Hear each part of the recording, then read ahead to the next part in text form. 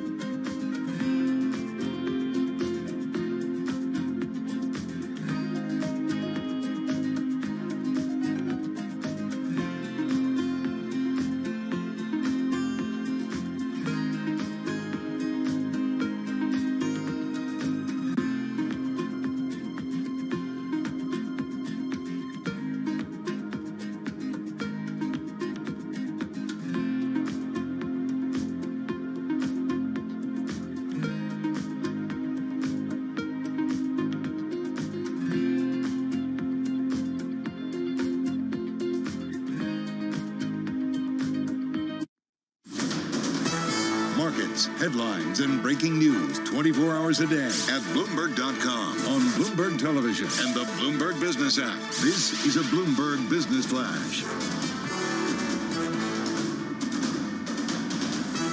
And I'm John Tucker in the Bloomberg Newsroom with this Bloomberg Business Flash. As we start a new trading week, all 11 major industry groups in the S&P 500, they are higher.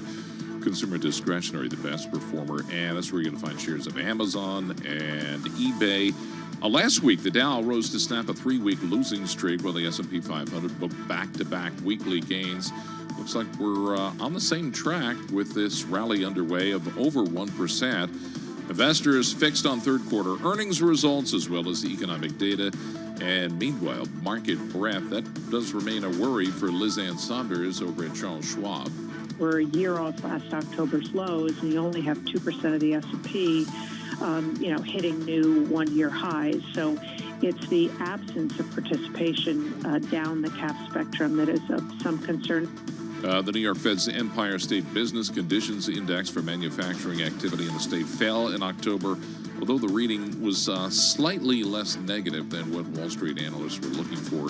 Elliott Investment Management considering making a proposal to take supply chain software company E2 Open Parent Holdings private. Those shares up 22% right now in trading. S&P 500 up 48 points. That's up 1.1%. The Dow up 344 points. The NASDAQ 100 up 186 points. That's a rise of 1.25%. We check the markets for you all day long right here on Bloomberg Radio. I'm John Tucker.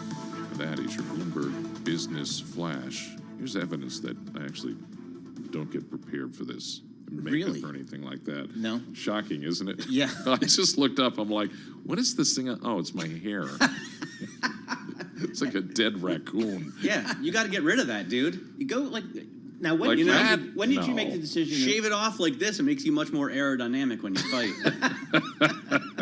When did you make the decision to go? I think it was about 10 years ago, and I was clearly losing my hair, but trying to pretend I wasn't, for a solid few years. At some point, you just got to embrace it, Right.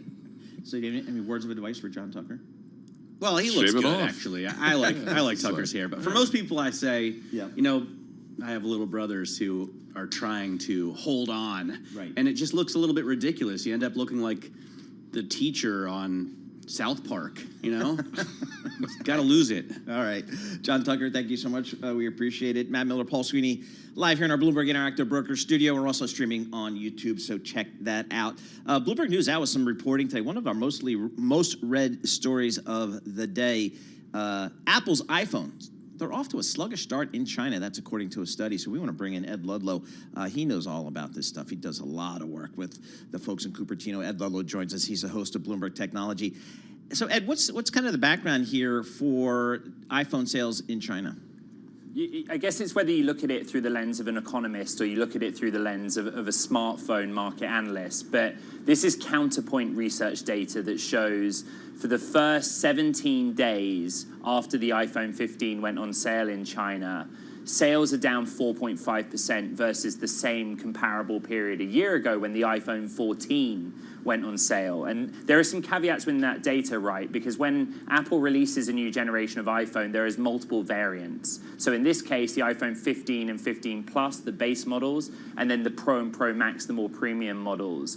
But overall, it's down. And, China's economy is super interesting right now. It's an aging economy, but youth unemployment's really high. And I think we get a GDP print for China on Wednesday that's likely to show modest uptick on growth, quarter on quarter, but below its 5% target that Beijing has on an annualized basis. So it could be a softness thing, but it's also a more competitive smartphone market domestically as well. Well, and they've made rules that you're not allowed to bring an iPhone into certain places, right? It was already uncool, I guess, or not. I like didn't that. Really Yeah. jibe with the Communist Party vibe. But is this a China-specific problem, or do we expect to see reports like this for iPhone sales across other regions as well? So what's fascinating about it is, according to the Counterpoint data, it is a China-specific problem, because the Counterpoint data showed that on the first 9 days of sales in the US, iPhone 15 was up significantly compared to the iPhone 14 sales for that first 9-day period a year ago. So that's interesting. It also is completely counter to what we learned so far this year, that in the June quarter, the quarter ending in June, what Apple told us was that China was a point of strength.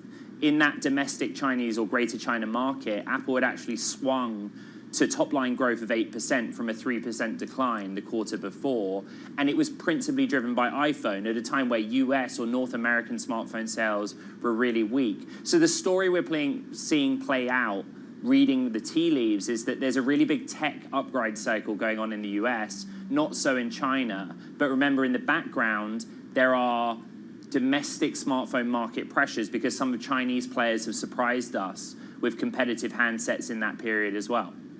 So, I mean, I guess if I were an Apple exec here or if I were an investor, my biggest fear would be just as nationalism on the part of the Chinese consumer. Yeah. Are they just not buying American, or are they just not buying Apple in this particular case? And they're like 20% of your customer base, right, Ed? They make up a huge chunk of Apple sales. Well, from a revenue perspective, I mean, you make both excellent questions. Just really quick, that even if your unit sales are down overall, remember that the Chinese consumer skews towards the higher end product, the Pro and Pro Max.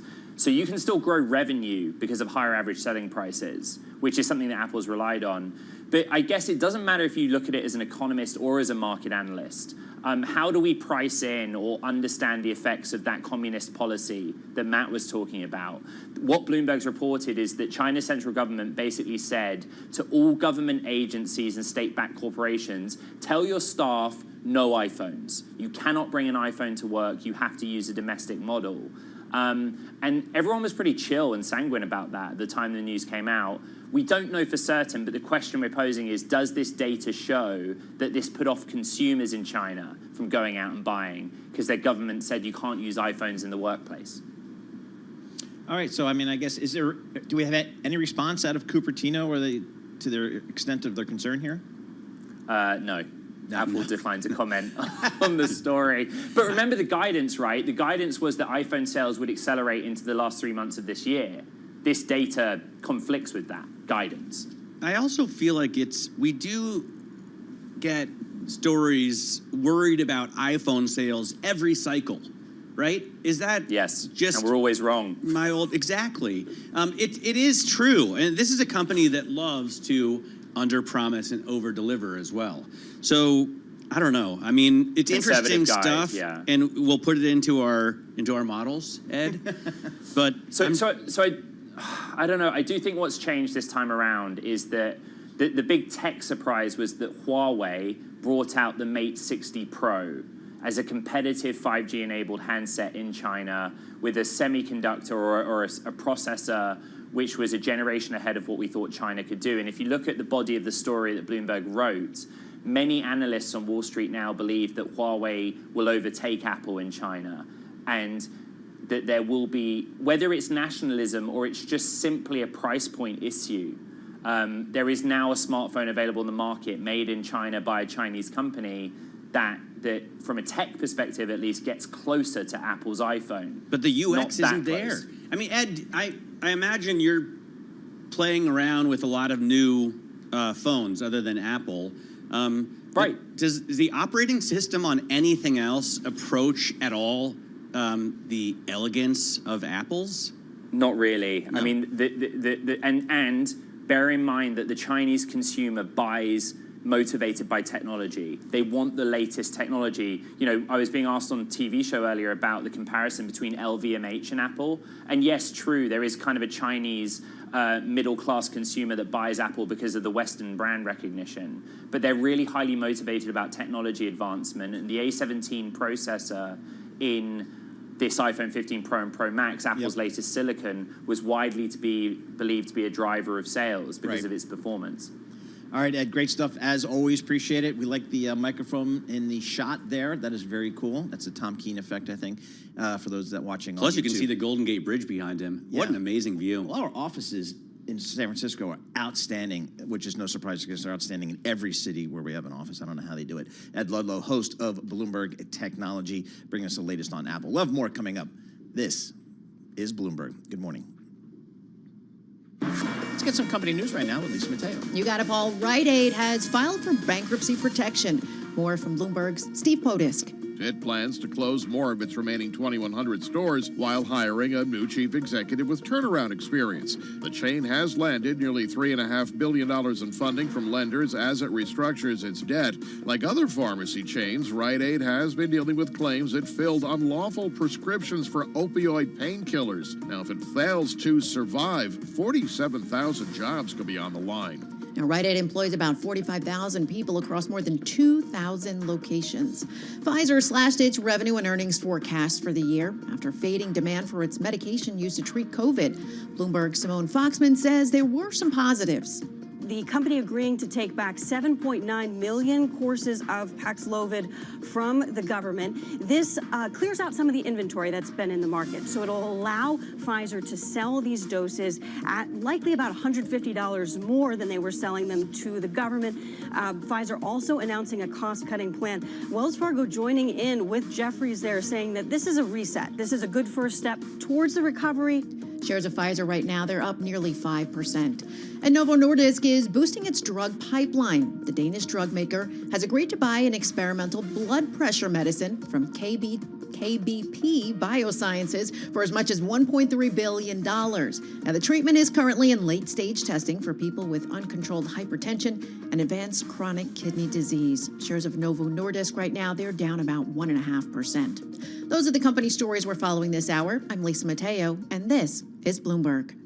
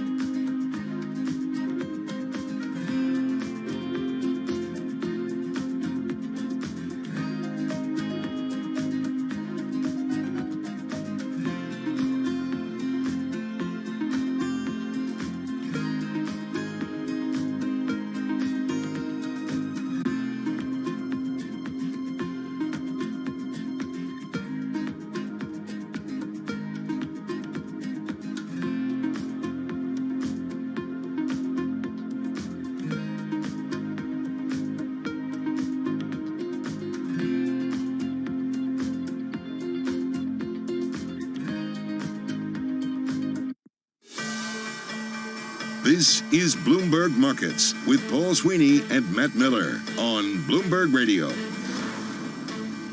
right, Matt Miller, Paul Sweeney live here in our Bloomberg Interactive Broker Studio. Markets trading higher this morning. The S&P and the Dow and NASDAQ all up 1.1%. So solid gains there. I'll call out the Dow now over 34,000 at 34,046. Yields, we got the 10-year Treasury about 9 basis points higher, 4.70 on your 10-year. WTI crude oil, it's a little lower, about 0.75%, $87 sitting right there for WTI crude oil. Right now, let's head down to Washington, D.C. We will get world and national news with Amy Mars. All right, thank you, Paul. U.S. Secretary of State Antony Blinken is back in Israel after meeting Arab leaders to discuss the war and efforts to provide humanitarian assistance to people in Gaza. We get more on this now from Bloomberg's Rosalind Matheson. Well, obviously, you can see just the diplomatic frenzy that's going on. There's also talk the German Chancellor, Olaf Scholz, may try and get there as soon as tomorrow also. So a series of very high-level visits potentially.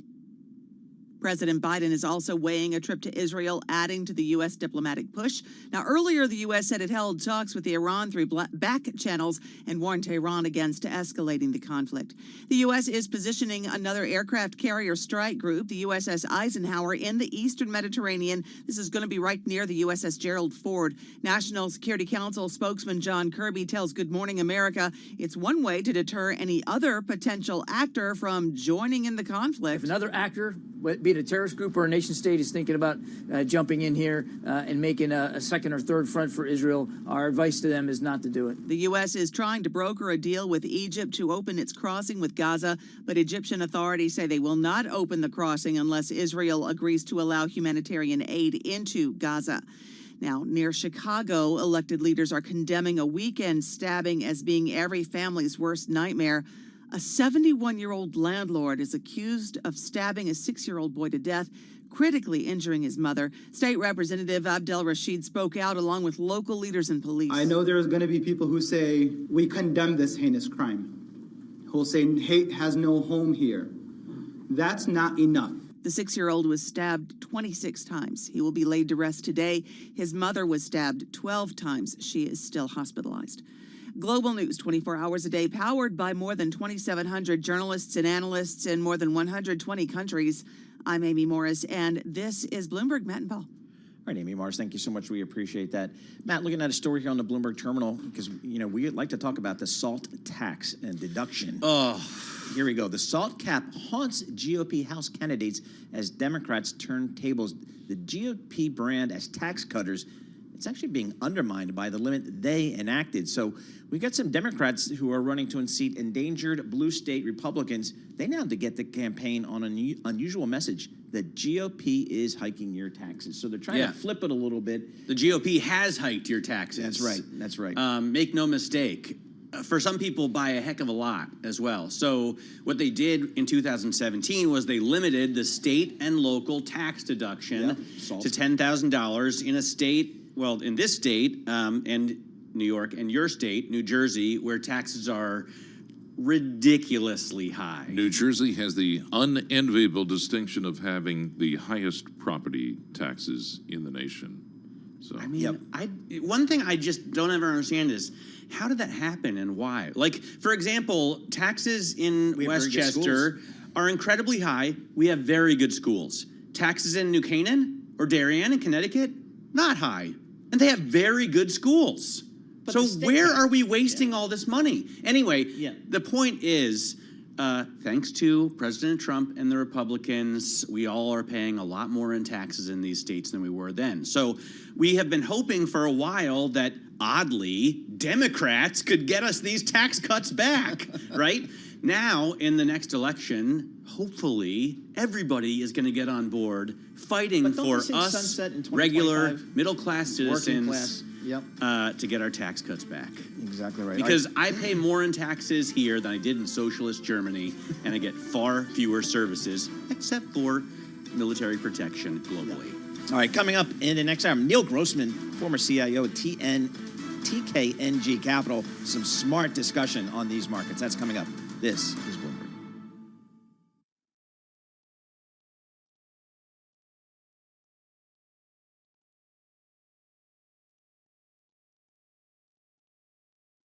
This is Bloomberg Markets with Paul Sweeney and Matt Miller. Why were the economists so wrong? What are the economists getting wrong? Isn't this a slam dunk time to buy U.S. Treasuries? Soft landing, hard landing, no landing. I don't know. True. What the heck does that mean? I don't know. Breaking market news and insight from Bloomberg experts. We're going to be in an environment with higher rates for longer. The 5-day in-office work week is effectively dead. It's definitely a good sign that we're not ready to land this economy just yet. This is Bloomberg Markets with Paul Sweeney and Matt Miller on Bloomberg Radio.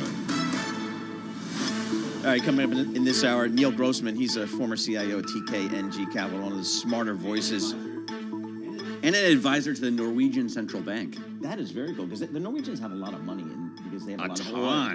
They have a lot of oil, so he's one of our smarter conversations we have. Then we're going to check in with Allison Williams, Senior Global Banks Analyst for Bloomberg Intelligence. We're just right smack in the middle of these bank earnings. We want to get her view of what's happening. And then Michael Weitz, CIO and President of Yield Street, discusses the market response to the geopolitical uncertainty. So all that's coming up in this hour. But first, let's kick it all off with John Tucker on our Bloomberg Business Flash. All right, stocks are higher. In fact, it is a rally at the same time. Treasury yields also higher. Earnings season starting to kick into high gear.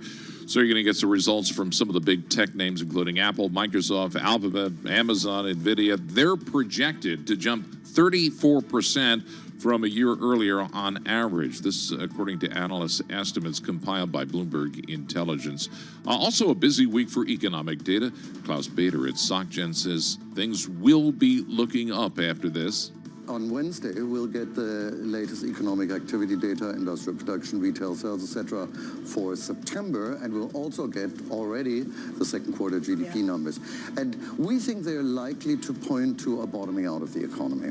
Right now, the S&P 500, 53 points higher. That's up 1.25%, 43.81 on the index. The Dow Jones Industrial Average up 413 points.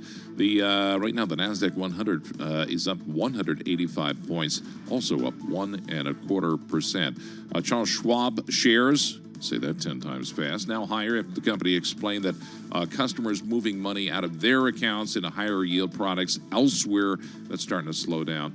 And then Lululemon Athletica climbing after the S&P Dow Jones indices announced the company would replace Activision Blizzard in the S&P 500. So everybody's got to buy that to get on board. Right now, those shares 10% higher. And we check the markets for you all day long, right here on Bloomberg Radio. I'm John Tucker, and that is your Bloomberg Business Flash. Matt and Paul. Going to correct them or not? Well, he's been here for like 30 years. Oh, no. What? How long have you been working at this company? You know? What did I say? Matt Winkler, indexes? No, Editor-in-Chief Emeritus, wrote a style guide. You've got it on your desk, I'm sure. If not, you've got it on the Bloomberg terminal, STYL Go. We say indexes here, not indices.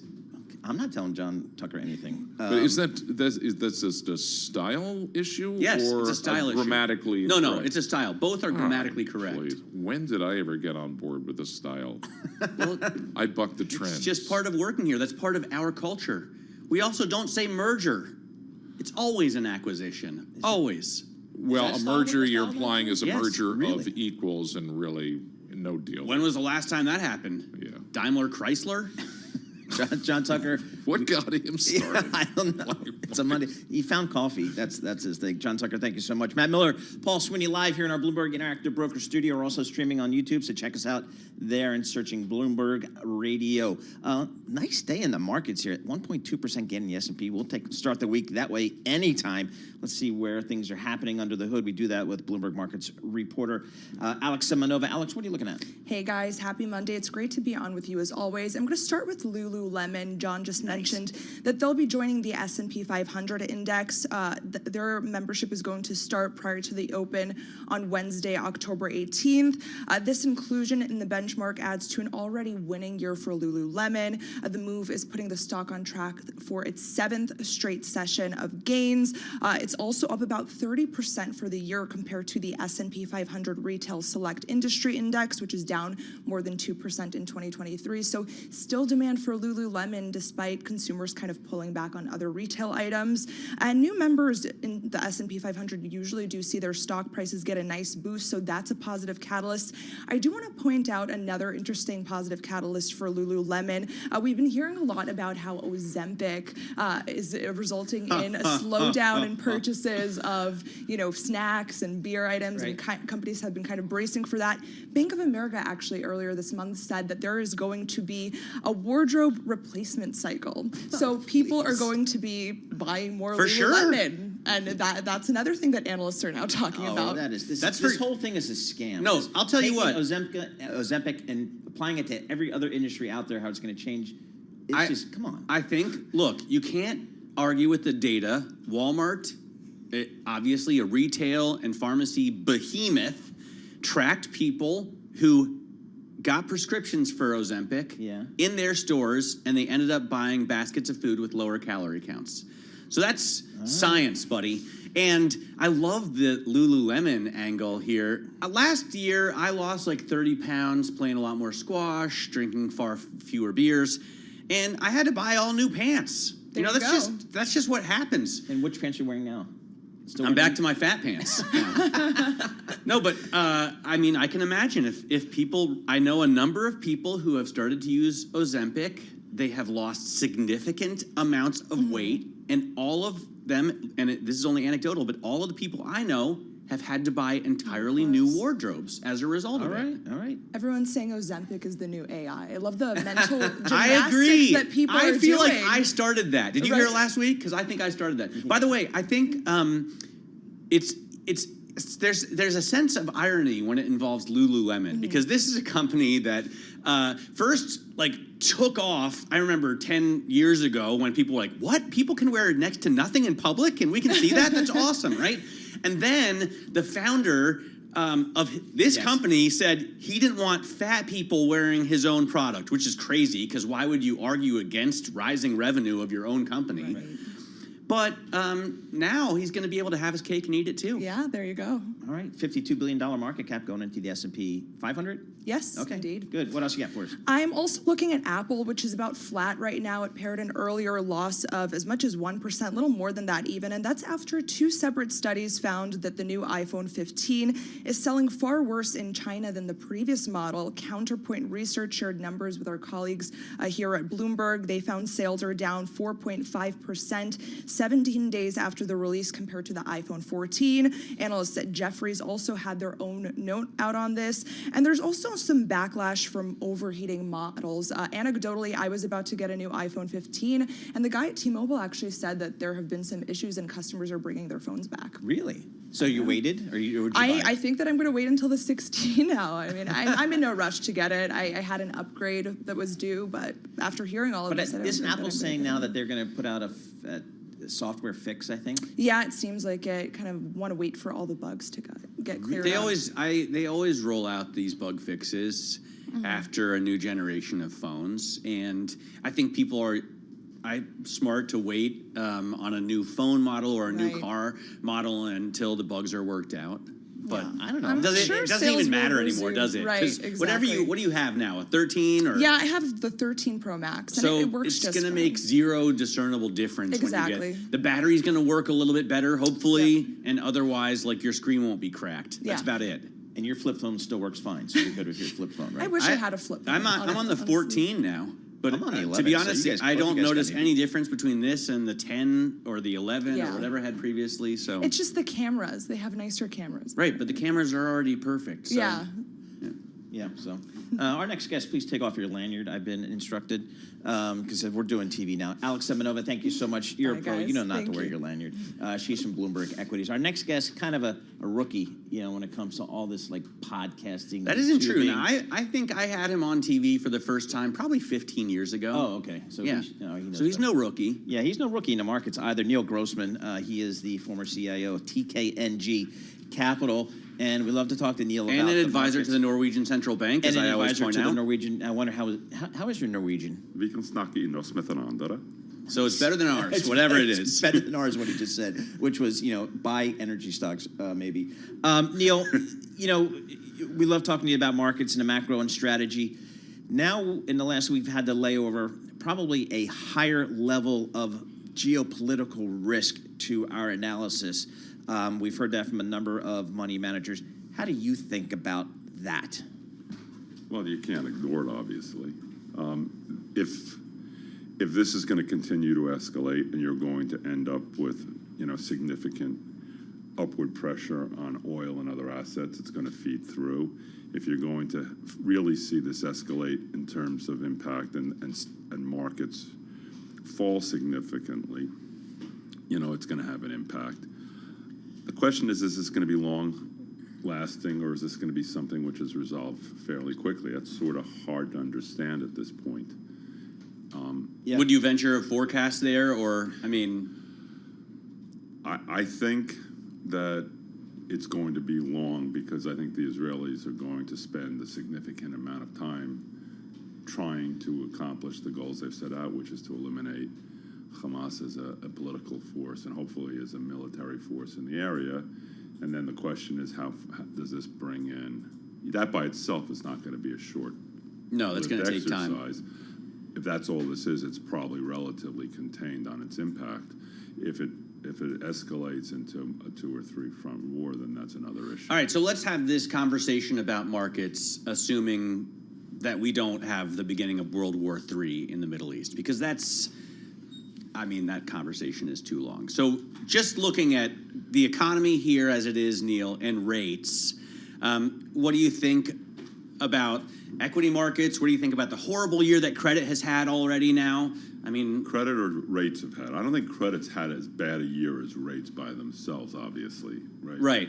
I think as a more traditional measure, credit spreads are still on the tighter side relative to where interest rate levels. But I'm just saying, like treasuries, after the big drops of 2022, at the beginning of this year, me and Paul were backing up the truck, and now we've taken significant losses. We discussed this idea of the convexity risk on bonds. Yeah, but we never understood convexity. Okay. Exactly. We need to bring some option guys back on. Look, I still believe, as a general matter, the long end of the U.S. yield curve is too low. Period. Right. Still. Of course, it's still. You have what's the rate of inflation? CPI and core are still 3+ to 4+. Yep. Right. 10-year notes belong 1 to 2 percentage points above that level as a general matter, and unless you think that it's going to fall rapidly, and I don't see that happening. So you could ask yourself, also, again, nobody wants to look backwards, but it's not like we just sort of got to this level of rates, of inflation. We're now ending the 3rd year, and I'm pretty sure it's going to be very hard-pressed for prices to be much below 3% by the end of next year as well, which means we will have had 4 years where inflation will have averaged something on the order of 4.5% to 5%, which tells you that there is a massive deviation from what our prior trajectories are. And more importantly, if you're going to take the Fed what its word used to be, which of course is usually useless when they're talking about removing liquidity, but at the end of the day, they used to talk about long-term 2% averaging. Their stated goal so far is only to get to 2%. They're not even saying we need to remain there, which I think is a well, no, they can't say that they want to average it. Otherwise, they'd need to be below 2% for a significant number of years. Or they need to be at 2% for an extraordinary period of time. And what they should be saying, because the law the period that needs to be impressed on the economy and the markets is that 2% target. How long we make sure that that's the upside, basically, should be tied to how long we've stayed above and how far above that type of average we've had. Otherwise, this is going to continue to propagate, which is already happening. And we talked about, when you talk about what's going on with wages, these wage settlements, nobody takes them away when inflation falls.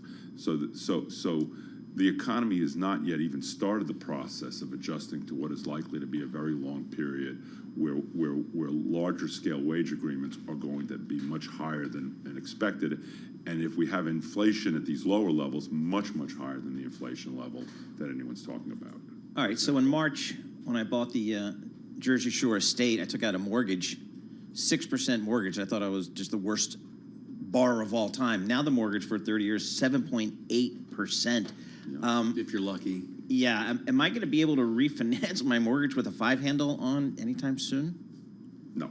No.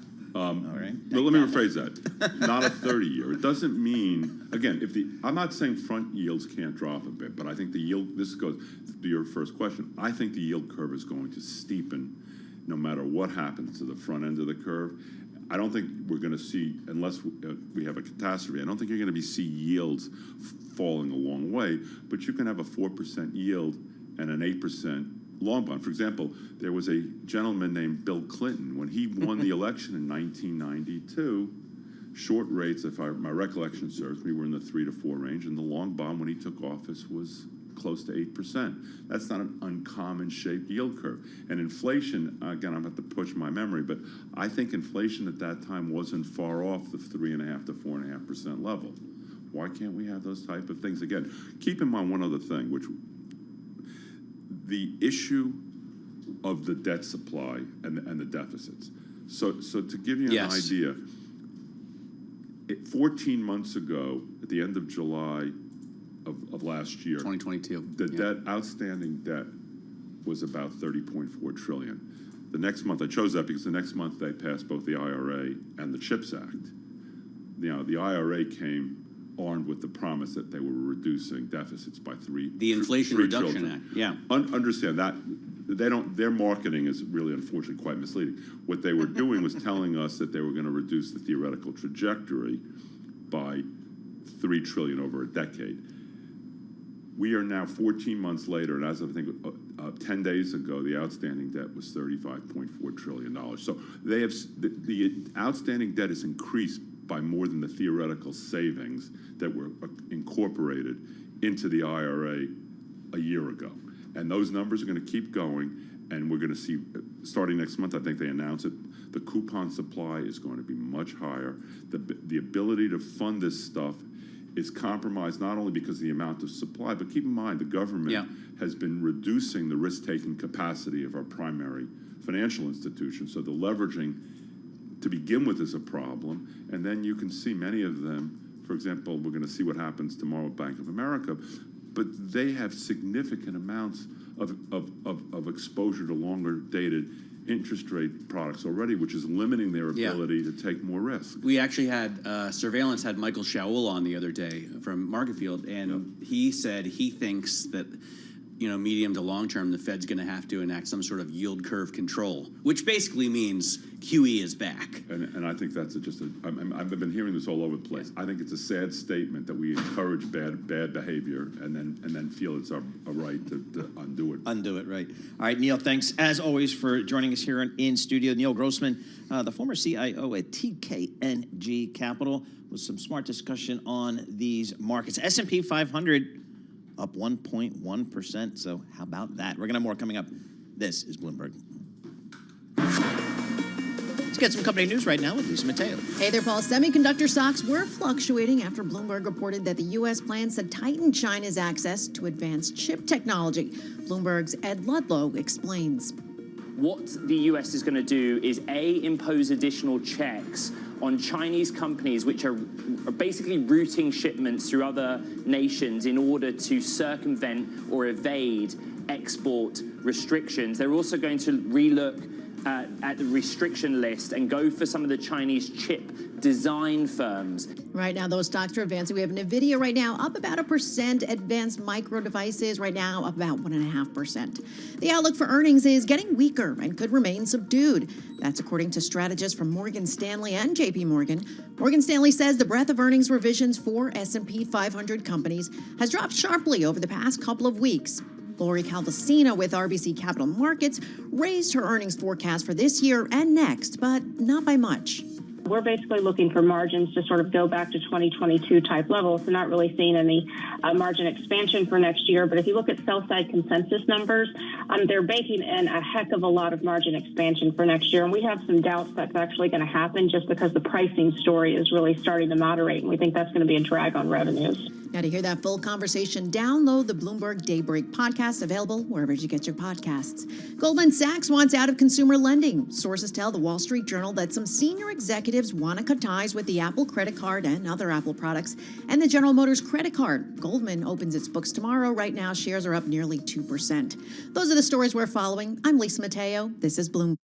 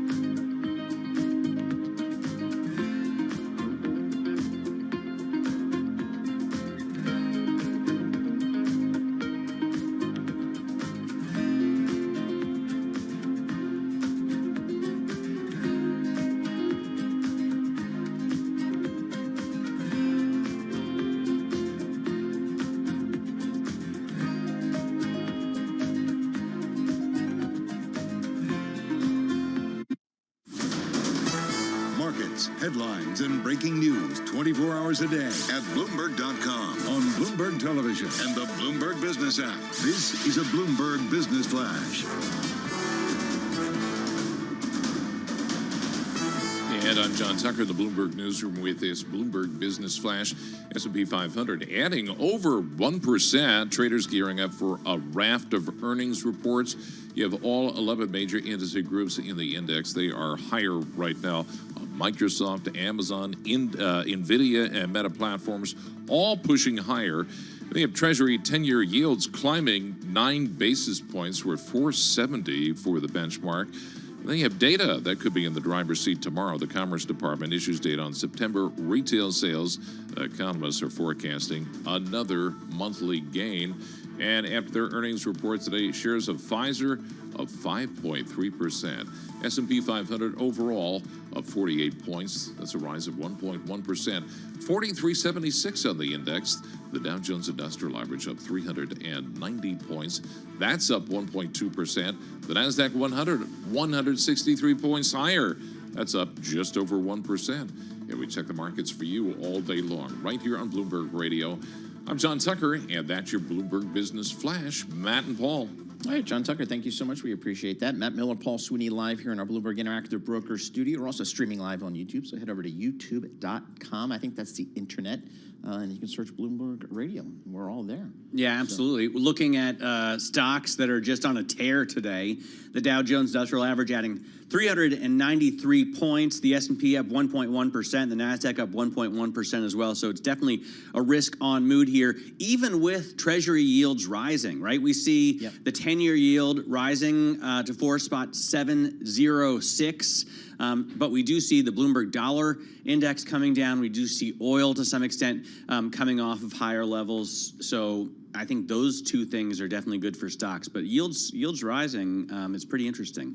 I know you're a big Birkenstock fan. Stock is actually up, up 3.5% today after trading lower off of its IPO. So maybe it's found. I know, and we keep writing about that as a whiff. And I get that I think it was the worst performing IPO so far this year in terms of first day of trading. It was off like more than 12% on the first day of trading. But it doesn't change the fact that it priced at $46. So like other IPOs, when they soar on the first day of trading, I always think the company left way too much money on the table. Yes. In this case, they got more, and after it went out of their hands, it dropped. But what do they care? Yeah, I mean, I would kind of, if I were the company, this is a conversation I'd have with my bankers. Not only do you take orders where people are going to buy in the IPO, the more important conversation you have is where are you going to buy in the aftermarket? If its stock trades up 10%, are you going to buy stock there? If it trades up 20%, are you going to buy stock there? If it trades down 5%, how much are you going to buy? I have a sense for that. And that allows me to set that purchase price where I think it's going to lift ideally 10%-ish or something like that, not drop the way it did. So that was I think the bankers really did not have the right conversations with those IPO investors to get a sense of, where is their interest in this stock, up 10 or 20% and down 10 or 20%. I will also say that, this weekend was the first weekend that I actually went to the winter socks. Because you have socks I have a different drawer. Yeah, I have a different drawer for the winter socks. And so I went with the big fat Filsons. Yeah. And then I remembered something that I guess I hadn't remembered since last year. This is really bothersome. Big, thick socks and Birkenstocks is super ideal. Wait, you wear Birkenstocks? Yeah. Forgive me if I'm... They're sandals, it right? It is the best way to wear Birkenstocks. You wear socks with sandals? You want to get big, thick wool socks. We used to get beat up in high school for doing that. And then the Birkenstocks. What a way to walk around through the leaves, checking out the Halloween decorations. I started a fire outside at my house yesterday. Nice. We call it arson. Yeah, I have a fire pit. Okay, I didn't know if you just threw some logs on the front lawn in Westchester. Randomly next to lighting the fires Dodge Charger. And all your banker and lawyer neighbors are like, oh my God. I'm telling you, if you haven't experienced it, get a pair of thick wool socks and hopefully some broken-in Birkenstocks and walk around your neighborhood. I have a sock drawer, which has other stuff in it, John. I think I'm the average male, and I just throw all my socks in there, and I don't really have socks by season. There's nothing average about you. I bet you have a closet full of loafers and no other kind of shoes. Exactly. All right, let's talk business here. Let's talk banks. We got a lot of banks have reported on Friday. Get some more coming this week. So when you want to get a sense of what's happening in the world of the global banking business, you go to Allison Williams. No other place to go. She is the senior analyst covering all the banks for Bloomberg Intelligence. She's located down in Princeton, which is back being the epicenter of Bloomberg Intelligence after all the years we fought to get to New York. I don't know what's going on there, but there you go. Allison's always been our anchor down in our Princeton office. Allison, tell us what you've learned so far from some of the big banks and maybe kind of what you're expecting with some of the other ones to come this week. So the key positive that we saw from the banks was really that net interest income remaining relatively more resilient.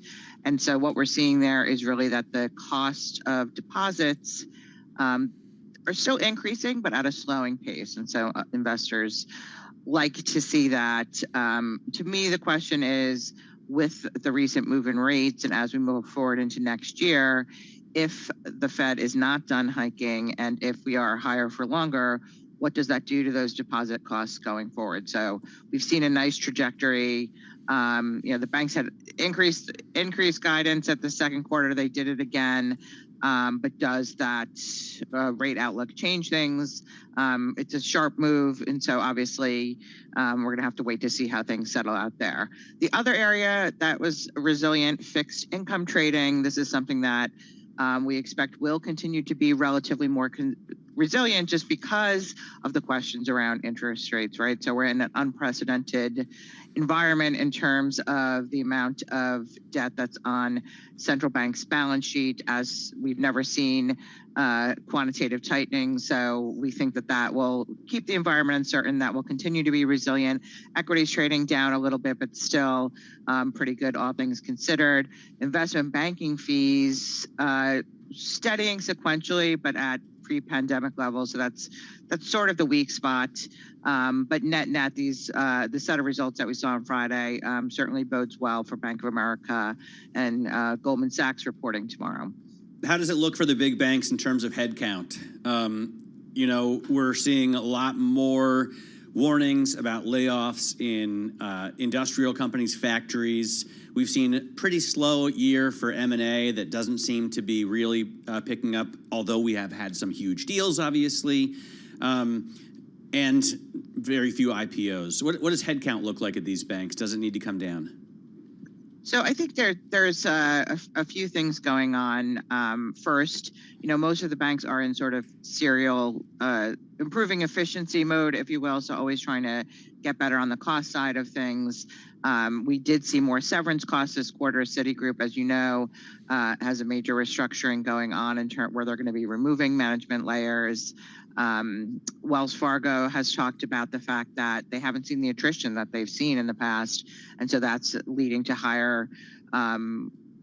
more cuts and higher severance costs at that bank. So we are seeing the banks cutting, specifically to investment banking that you spoke about. It's, as I said, the good news is that things are steadying. The bad news is it's steadying at a level that really is not probably supported by the current headcount, although we did see some cuts earlier this year. But keep in mind what we saw happen there was 2021. We saw sort of this almost panicked hiring, right, to try to keep up with the record volumes that we were putting on. I think in 2022, as things were cut in half, banks wanted to retain those bankers for the potential upside, and this year has been disappointing. So Q2 looks like it could be the trough, but I think that in general, as banks look to next year, there is a level of optimism around M&A, but perhaps still a bit more muted than the banks would have liked to hope after a disappointing 2023. Hey, Allison, back in the day when I was at the Chase Manhattan Bank, we do these big leverage loans to media companies, billion-dollar loans, syndicate $900 million off our balance sheet. It was a great business. We made money hand over fist. But now I got these private credit dudes out there competing against the banks. Why have the banks allowed private credit to eat their lunch, particularly in the leverage loan business? mean, the leverage loan business, you'd probably be happy in this current environment because that's an area that we're hearing a lot of talk in terms of some things picking up. And again, September was really kind of a good month, not necessarily for the fees delivered in the quarter, but in terms of the activity going into the fourth quarter. So hopefully that will continue to extend. Private credit has been, it's a long-term story.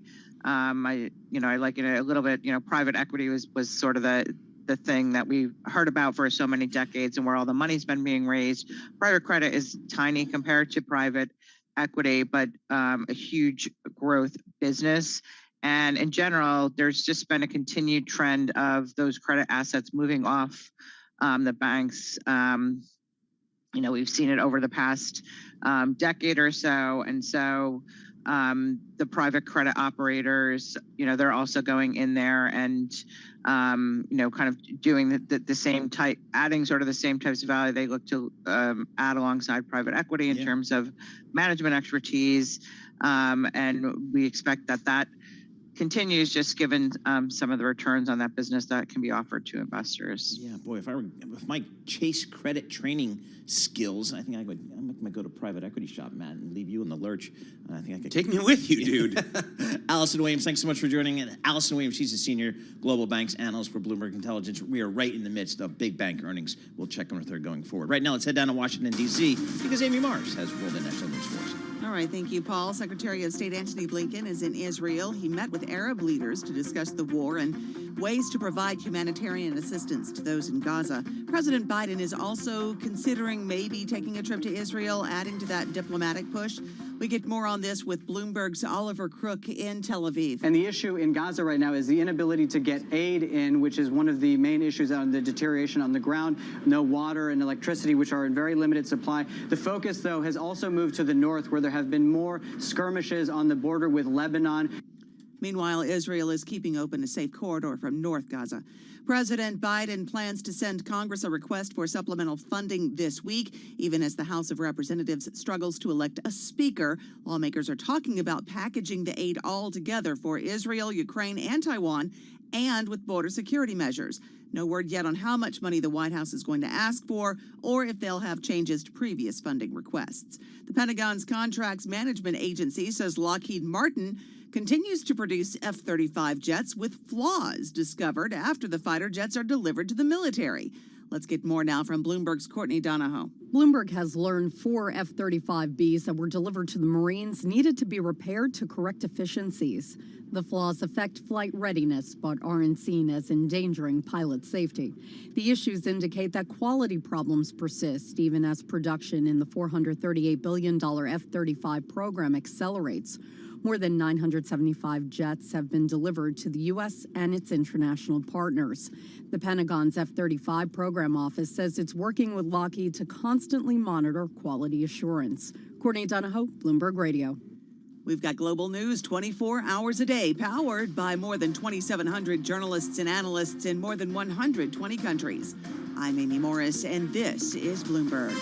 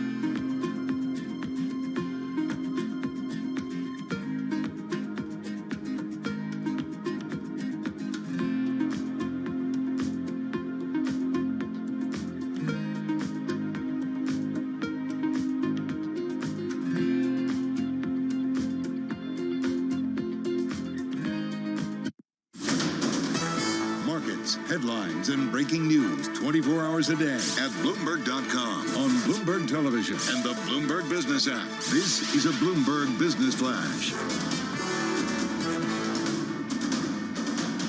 And I'm John Tucker in the Bloomberg Newsroom with this Bloomberg Business Flash. Stocks are rising, major averages all up at least 1% as traders get ready for a raft of earnings to continue. At the same time, Treasury yields are higher right now. And Jay Pulaski at TPW Investment, it may be time to take advantage of those higher Treasury yields. Between 450 and 475 on the 10-year kind of makes sense to me in the environment that I think we're going into, which is continued solid, decent economic growth in the United States into 2024 and beyond. Bank of America expected to report results tomorrow. Ahead of that, shares up about 1%. Also, tomorrow, the Commerce Department issues data on September retail sales. Economists forecasting another monthly gain. Right now, the S&P 500, 44 points higher, up 1% at 4372. The Dow Jones Industrial Average up 340 points. That's a rise of 1%. We're at 34,012. And the NASDAQ 100, 166 points higher, up 1.1%. Deal news to tell you about Kohler, the kitchen and bath products conglomerate, exploring the sale of their generator division. Those are good generators. Deal could value the business at $3 billion or more. Also, looking so the through Kohler, this, the people who make the faucets also make generators? yes, they do. Oh, wow, I didn't know that. They And also I have a can great tell you, golf course up they're in, not cheap, Wisconsin. but they're very quiet, Okay. very efficient. I didn't know. Looking at the story, the company also they also operate resorts, including Whistling Straits in Wisconsin. Awesome. They have the old golf course hotel at St. Andrews, Scotland, as well. Oh, do they? Yeah. The Whistling Straits I've been to, phenomenal. Really, For their 2 months a year, they can play golf there. very privately held company, closely held company. Anyway, that is your Bloomberg Business Flash. I'm John Tucker, Matt, and Paul. All right, John Tucker, thank you so much. We appreciate that. Matt Miller, Paul Sweeney live here in our Bloomberg Interactive Broker Studio. We're also streaming live on that YouTube thing, so head over to youtube.com and search Bloomberg Radio. lost. Matt and I were just talking. We may not be long here for this radio business, John, because we're talking about Matt and I are going to go maybe start a private credit fund. I think that's where we And an ETF. And an ETF. Okay, we'll do an ETF on that as well. So, alternative capital, alternative markets, a growing source of opportunities for retail investors, not just big institutional investors. Michael Weitz joins us. He's the founder and president of Yield Street. Joins us live here in our Bloomberg Interactive Broker Studio. Michael, talk to us about Yield Street. What do you guys do there? And then we'll dig into the kind of the market option. Well, thanks for having me. It's always great to be back here at Bloomberg. So at Yield Street, we are focused on making alternative investments more available. So we want to help people rebalance their portfolios, not to just include stocks and bonds, but to have private market investments alongside them in their portfolio. So at Yield Street, what we do is invest in institutional quality opportunities. Think things like private credit, as you just mentioned, private equity, real estate, fine art, legal finance, structured notes, basically trying to help people access a diversified portfolio of private investments. We put those online or on our app, and we have over 400,000 in our community who are investing in these products all across America. So how do you get these products, which are, I think, some of them intended for sophisticated investors, right? I can't get into a lot of private investments without meeting certain criteria, out to a retail investor like me? So there's different buckets in the U.S. from a regulatory perspective about what you're able to invest in. I would say our primary investor is going to be an accredited investor. There's 14 million of those that live here in America. The definition of an accredited investor, for those that don't know, is if you're single, you're $200,000. If you're married or filing jointly, it's $300,000 of income or $1 million of net worth. There are 14 million people like that. The next level are people who are yet to be accredited investor. Hopefully one day they might be. And those are going to be roughly 35 million Americans who are looking to invest in private markets or alternatives but don't meet that threshold. For that audience of people, there are things like a REIT, a 40 Act fund, or other types of products that are designed for that audience. And so at Yield Street, we're able to create and package products in a way that's accessible to these various audiences. Interesting. So what are the... we were just talking a little bit about private credit. Talk to us about kind of your experience with private credit, kind of, and for your clients as well. Are they asking about private credit? Do they want exposure there? I think you just hit on a hot button. So, what I've seen is a major shift in investor demand over the last year and a half. If you think back to, let's say, January 22, we were in an incredibly sort of bull cycle at the time, if you will, and investors at large were looking for a great story. They wanted that next real estate opportunity they could own. They wanted that big private equity idea. They wanted that next big venture-backed company. What folks have shifted their appetite amidst all the volatility and the increase in rates is a little bit less volatility, more consistency. They've asked for debt or debt-like products that have consistent coupons and shorter duration. So the most popular things for us now are 3 to 5 years, paying some type of a coupon, have a debt-like product in so much as they have collateral. That's really where people have shifted their appetite to. So practically what we've seen is real estate debt, art debt, private credit. So think of like supply chain finance, receivable funding, purchase order funding. So real credit-like instruments. So so what would be a product if I wanted to, in that supply chain thing, or if I wanted art debt, what do you do for me? What's your platform do for me?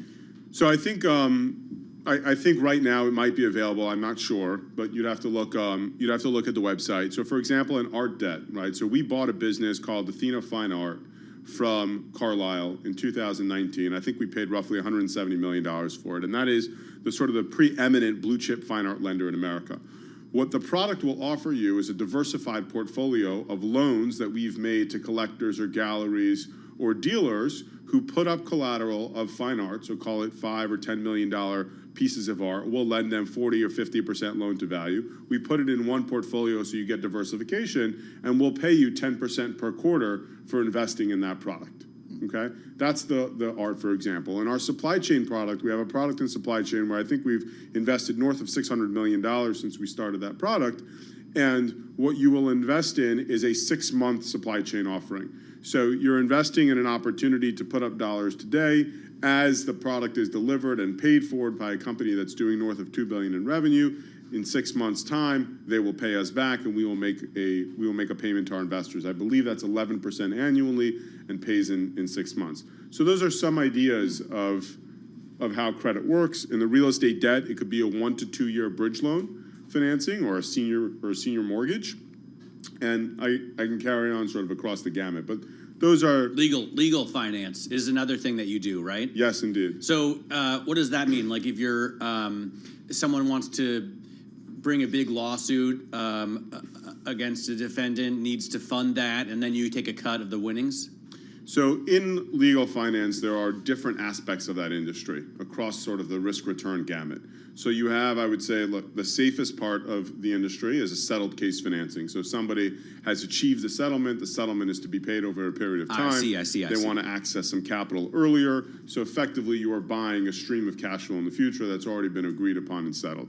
The second bucket is what we would call law firm financing. So you have many law firms that only I would say practice on a success fee, and so their cash flow is very lumpy, but they may have a huge inventory of investments, but they want to be able to manage their cash flow needs. And so you will make a loan to the law firm, and as the law firm generates cash flow from its various cases, it will repay its investors.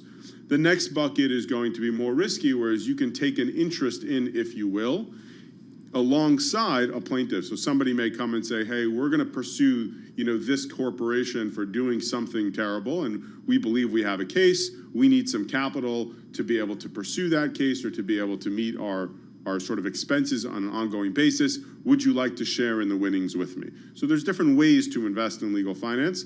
Prior to starting Yale Street, I was one of the preeminent players in legal finance, dating back to 2009. So it's an asset class we know super well. It's an area that I think Yale Street has a tremendous amount of respect on the street and continues to invest actively in. But essentially, I mean, the 10,000-foot view is you're looking at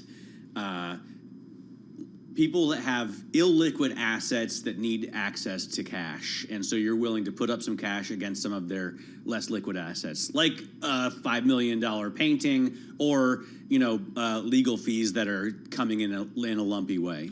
I definitely think that's a part of the business. I think the macro perspective is 30% of your portfolio should be in alternative investments. People don't know how to access it or have an enjoyable way or a simple way to access it. It is our duty to help you build a diversified portfolio. We work with the preeminent managers across the street to partner with them and participate and make that available to you. That's a fascinating business. I'm glad we had you, and I didn't even know that stuff existed. So I learned something new in finance. Michael White's founder and president of Yield Street is the name of the firm. Pretty cool business. We appreciate getting some of his time. This is Bloomberg.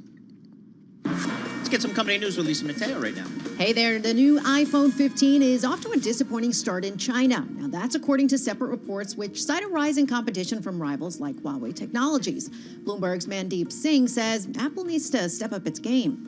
I think what they're missing here is a new device category. People are just keeping their iPhones a lot longer, and they didn't provide enough features, barring, a new camera for people to go out, the existing iPhone users to go out and upgrade their phones. Now, Apple shares right now, they're down just a fraction. Shares of Manchester United are falling, though, over reports that the Qatari group was stepping back from a potential takeover. Bloomberg's Guy Johnson says British billionaire Jim Ratcliffe plans to buy a 25% stake. What's interesting, he's going to pay around $1.3 billion for that, which means effectively he is paying a greater premium. 25%, does that remove some of the challenges that Manchester United face right now? 10th in the league, bottom in the Champions League. Is this going to be the big step change for this club? Johnson says probably not. Shares of Manchester United right now down more than 6%. And Taylor Swift was a hit at the box office. People would come up to me and they'd be like, "You're going to just do a show with all the albums in it?" And I was like, yeah, it's going to be called the Eras Tour. The movie version of her stadium tour, one of the highest grossing concert films ever. Now, ComScore says the Eras Tour pulled in an estimated $96 million in ticket sales this weekend in the U.S. and Canada, and another $32 million internationally. Now, that tops past concert movies by Justin Bieber and the late Michael Jackson. Not much of a bump for AMC shares, though. They're down about 3.5%. I'm Lisa Mateo. This is Bloomberg.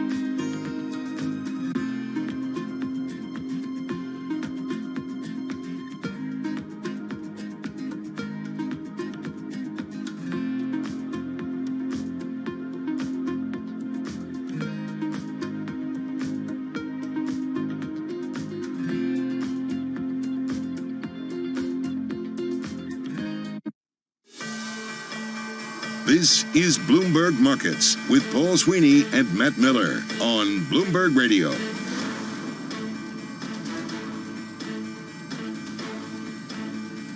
Let's push on that blue button. Hit the blue button. Hit the blue button. S&P 500 up 1% here. Exactly same for the Dow and the NASDAQ. So markets really in tandem, moving 1% higher here on the equity side. Fixed income space yields on the 10-year Treasury, they're up about 9 basis points. Let's call it 4.70 on your 10-year Treasury. WTI oil, crude oil, it's off about 1% here, $86.84 for crude, so a little bit of a pullback today. Right now, let's head down to Washington, D.C. We'll get world and national news with Amy Mars. All right, thank you, Paul. Ford's CEO is speaking out about the ongoing strike with auto workers and says his company has offered provisions that the UAW union has ultimately rejected. CEO Bill Ford said in a speech today in Dearborn, Michigan, he's urging UAW representatives to come back to the bargaining table. We can stop this now. And I call on my great UAW colleagues, some of whom I've known for decades. Many are close personal friends. We need to come together to bring an end to this acrimonious round of talks. UAW workers are demanding better pay, a restoration in benefits and pensions, and a 4-day work week. An Illinois landlord accused of attacking his tenants, fatally stabbing a 6-year-old boy, and seriously wounding his mother, is charged with a hate crime after police and relatives said he singled out the victims because of their Muslim faith. State Representative Abdel Rashid spoke out with the local leaders and police. I know there's going to be people who say, we condemn this heinous crime, who'll say hate has no home here. That's not enough. The 6-year-old was stabbed 26 times. He's to be laid to rest today. His mother was stabbed 12 times. She is still hospitalized. The U.S. is positioning another aircraft carrier strike group, the USS Eisenhower, in the eastern Mediterranean near the USS Gerald Ford. National Security Council spokesman John Kirby tells Good Morning America that's one way to deter any other potential actor from joining the conflict. If another actor, be it a terrorist group or a nation state, is thinking about jumping in here and making a second or third front for Israel, our advice to them is not to do it. The U.S. is trying to broker a deal with Egypt to open its crossing with Gaza, but Egyptian authorities say they won't open it unless Israel agrees to allow humanitarian aid into Gaza. Global news 24 hours a day, powered by more than 2,700 journalists and analysts in more than 120 countries. I'm Amy Morris, and this is Bloomberg. Matt and Paul. Amy Mars, thank you so much. We appreciate that. Matt, market's trading higher today, which is nice to see. Yeah, we have equity indexes up across the board. You have Bitcoin. I was just looking at Bitcoin in preparation for tomorrow's crypto show. Still up 3% and change, so that's a bullish sign. On the other hand, investors selling off bonds. 10-year yield rising to 4.7081. And you do see a falling dollar right now. The Bloomberg Dollar Index down to 1271, as well as oil coming off. Brent crude right now at $89.83, and NYMEX WTI down about 1% at 86.83. Yeah, interesting story I saw on the Bloomberg terminal today, Matt, kind of got my attention, entitled, DeSantis' Yale fraternity brothers help him reach new donors. Florida governor taps college buddies to expand fundraising. The group aims to expand a donor pool to first-time political buyers. So Florida Governor Ron DeSantis is getting a boost from his former Yale University classmates, Delta, Kappa, Epsilon fraternity brothers, and college baseball buddies, who are leveraging their contacts to raise money for his presidential campaign. Yeah. Going back to his buddies from college. That's how the world works, you know? The Germans say vitamin B because Beziehungen is the German word for relationships. You know, I imagine you would do the same thing, you know? If you needed to get a good start in business, you'd go back and ask some of your Lawrenceville buddies. Yep. You weren't in a fraternity? I was. You were? I was. Oh, what was it? Sigma Phi Epsilon. Wow, congratulations. The group of about a dozen Yale alumni, they are dubbed the Fight Club, has so far raised about $5.5 million for DeSantis from their contacts. That's according to the campaign. So first rule of Fight Club? Don't talk about Fight Club. That's right. There you go. We're going to have more coming up. This is Bloomberg.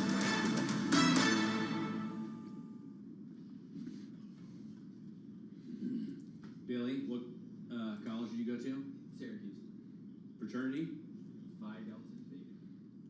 This is Bloomberg Markets with Paul Sweeney and Matt Miller. Why were the economists so wrong? What are the economists getting wrong? Isn't this a slam dunk time to buy U.S. Treasuries? Soft landing, hard landing, no landing. I don't know. True. What the heck does that mean? I don't know. Breaking market news and insight from Bloomberg experts. We're going to be in an environment with higher rates for longer. The 5-day in-office work week is effectively dead. It's definitely a good sign that we're not ready to land this economy just yet. This is Bloomberg Markets with Paul Sweeney and Matt Miller on Bloomberg Radio.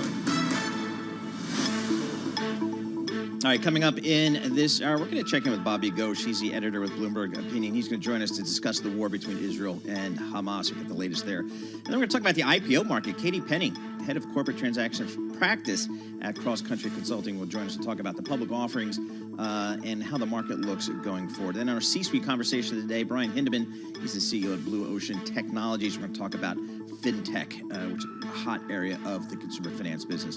But first, let us go to Steve Rappaport for some Bloomberg News. Thanks, Paul. We check the markets all day long here at Bloomberg. Currently, Wall Street's big three. We have the S&P 500 up more than 1%. Same for the Dow. The NASDAQ up less than 1%. Stocks rose and bonds fell thanks to diplomatic efforts to prevent the Israel-Hamas war from expanding into a regional conflict. Oil edged lower following last week's rally. And there are concerns that it will surge if there is indeed an escalation into the conflict. Bloomberg Economics estimates prices for oil could top $150 a barrel if that conflict does indeed spread. Energy Aspects co-founder and director Amrita Sen says a price hike is all but certain in that scenario. Ultimately, inventories across the board are super low. Diesel, gasoline, and products in particular, because refining has really struggled. The positive for crude is that at least there is spare capacity. Saudi Arabia, Russia, they've voluntarily cut production that could be brought back in the event of a genuine supply loss. But ultimately, the market's extremely tight. So yes, I would expect a very quick, rapid rise in prices if there were to be an escalation. That was Energy Aspects co-founder and director Amrita Sen. The 2-year yield at 5.07. We have the 10-year 4.71.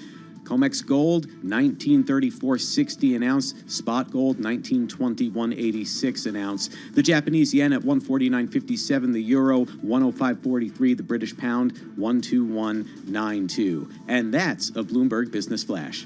All right, Steve Rappaport, thank you so much. We appreciate that. Matt Miller, Paul Sweeney, live here in our Bloomberg Interactive Brokers studio. We're also streaming live on YouTube, so you can head over to youtube.com and look for Bloomberg Radio. And that's where you'll find us here. S&P 500, boy, nice day in the market here. We have an up 1%. We'll take that.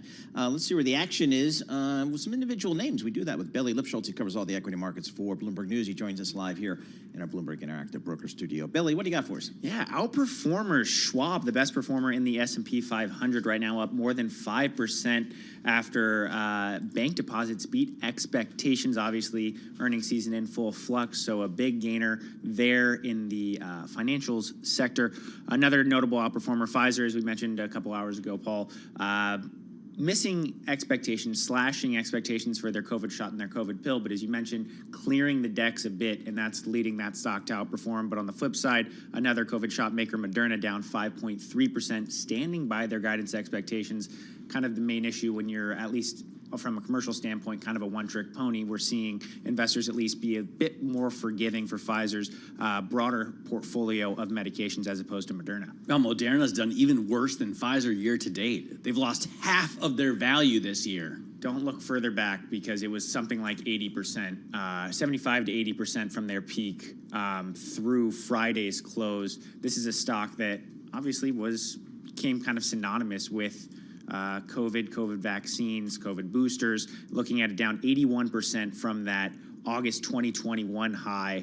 A lot of money being lost. Well, and I think this is a big long bet on mRNA technology, right? Which we've been told can be used for a whole host of things. Like Paul and I have talked to Stefan Bonsell, the CEO of the company, and he said he wants to use it for a number of things from cancer to Alzheimer's, beyond a COVID vaccine. And if those things pay off, you'll see this bet jump. But obviously, they've got to show more progress. Hey, can we talk about this auto strike again, the auto worker strike, that kind of got pushed to the back page because now it's a little bit more on the front page. We had Ford Motor Company's executive chair, Bill Ford, kind of get it personal in here. He's calling on my great UAW colleagues, to kind of get back to talks here. But I'm looking at the stock of Ford. It's up 0.8% today, up 7.6% year to date. It's kind of hanging in there, but we need some movement there, don't we?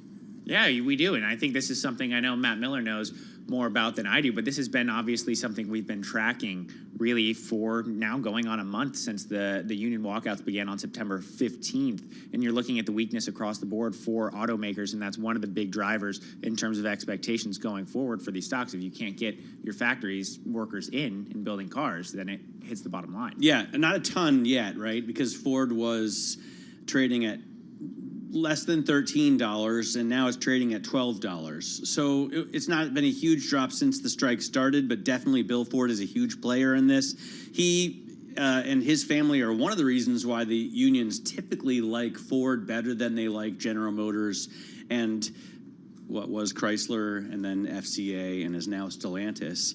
But lately, Ford has been hit the hardest with the strike at their big truck plant in Kentucky, and that's going to hurt their margins more than any of the others have been hit because GM has only been hit at the Colorado plants and some parts makers, and Stellantis only at the Jeep Wrangler plant, which they were able to build up a huge supply of Jeep Wranglers before the strike. It'll be interesting to see how this plays out. I mean, since Bill Ford is getting really personally involved, he has been the whole time in negotiations, but now making personal statements, it'll be interesting to see if they can. All right, we'll keep an eye on that. Again, Ford stock up about 0.8% here today. Bailey Lipschultz, thanks so much for joining us. Really appreciate it. Bailey Lipschultz, he covers all the equities for Bloomberg News. Joining us in the studio right here is Bobby Ghosh. He's the editor of Bloomberg Opinion. He joined Bloomberg Opinion in 2018. I'm looking at his CV. Dude, you've been busy. You've been everywhere. Maybe can't hold a job. We'll have to talk about that later. But Bobby's been all over the place covering global geopolitics, and we're so fortunate to get a couple minutes of his time here in the Bloomberg Interactive Broker Studio. Bobby, I know you've written extensively on what's happening in Israel. What's your view, kind of? Well, let's start with what you think Hamas was intending to do. Like, what did they want with this brutal, horrendous terrorist attack beyond spreading, hate and fear? What do you think they wanted to achieve? Well, they wanted to achieve a couple of things. First and foremost, they wanted to kill as many Israelis as they could, and they didn't care whether they were civilians, children, women, grown men, soldiers. Didn't matter. They just wanted to kill as many people as they could, which is the basic modus operandi of any terrorist group. The second thing they wanted is they wanted to engage, they wanted to bring Israel into Gaza again, bring the fight back into Gaza, where lots of other civilians, now Palestinian civilians, would die. That also suits Hamas perfectly well. They don't mind if their own people die. Absolutely not. That's where they live. That's the whole idea of Hamas. They've always had this sort of apocalyptic view of the world, and also then you have some other political objectives. One is to end the rapprochement between Israel and Arab countries, specifically the deal that was very slowly developing between Israel and Saudi Arabia. Remember, Hamas also has answers to a master in Tehran, the Iranian regime, which pays their bills and which has supported Hamas for a couple of decades now. This is part of the Iranian agenda as well, to keep the Middle East in play, to keep things unstable so that the eyes of the world are on these various other things when we're not paying attention to what's happening in Iran. So lots of different goals, some big, some small, some very local, some regional. So far, I'm sorry to say, Hamas seems to be achieving most of its goals. So now it's, I guess, the turn of Israel to respond. What do you think they should do, and what do you think they will do? They're going to do exactly what Hamas wants them to do, right? Yeah, I mean, look, Netanyahu is damned if he does, and he's damned if he doesn't. So, as he has always done in his career, he'll be damned if he does. Mm-hmm. I suspect he will go in strength, and try to disarm and decapitate Hamas. But we've learned this from the past, that this is not that kind of a creature. This is not a traditional army. This is not even a traditional terrorist group. This is somewhere in between those two things. And so going in, guns blazing, bringing down entire neighborhoods, forcing 1 million Palestinians in Gaza to sort of head for the hills. So it was. These things don't really get to the objective that the Israelis say they want, which is to completely destroy Hamas. This is not that kind of creature. You can't completely destroy Hamas, because with every effort you make, you are potentially radicalizing young Palestinians who are today seeing their houses being blown down, who are being forced to flee, who are seeing their entire population being denied water, denied electricity, all those things. So even as you kill 1,000 Hamas soldiers, the risk is that 1,000 new Hamas recruits are being born, metaphorically speaking, even as we speak. What's the answer here to limit civilian deaths, especially of women and children? Is there a way to let them out of Gaza? And I know you want to avoid taking all the Palestinians out of Gaza, right? Because that's they also some Hamas want soldiers that to be will go in that. But we also have to start with the reckoning that not everybody wants to leave. Quite a lot of people in Palestine in Gaza don't want to leave because they're terrified that they won't be allowed back. For good reason. You know, many of the majority of people who live in Gaza are children and grandchildren of former refugees who fled to Gaza from other places in Israel and never got to go back to their homes. And so the people in Gaza live in fear that if they leave now, they will not be allowed back. But at the same time, as the bombs come down, as their houses collapse, they want their families to be safe. So there will be a proportion of people who at least want to get their children out. The trouble is, where can nobody wants them? That's the tragedy of Gaza. They have to deal with Hamas on one side, Israel on the other side. They've got no place to go. None of the other Arab countries want them. Palestinians. They don't want the Palestinians for two reasons. One is they say, look, the Egyptians say this first and foremost, you bring hundreds of thousands of Palestinians into Egypt, that creates a security problem for Egypt.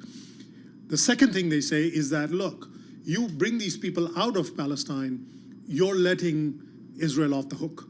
Out of sight, out of mind. Once the Palestinians have left Palestine, then Israel doesn't face any pressure to solve the problem. And then there's the sort of cold reality, which is that these countries simply don't want the headache of having to deal with hundreds of thousands of Palestinians in their midst. Here's my naive question of the day. To what extent does Hamas enjoy the support of the Palestinian people in Gaza? Like, one of the questions I ask myself. That's a good question we've been asking for a week. Why don't they force Hamas out somehow? I don't know. It's a question that I've asked myself 1,000 times when I used to go to Gaza. The thing is that Hamas has the guns. Ordinary citizens can't really afford to rise up against Hamas because they've got no place to run. There's nobody backing them.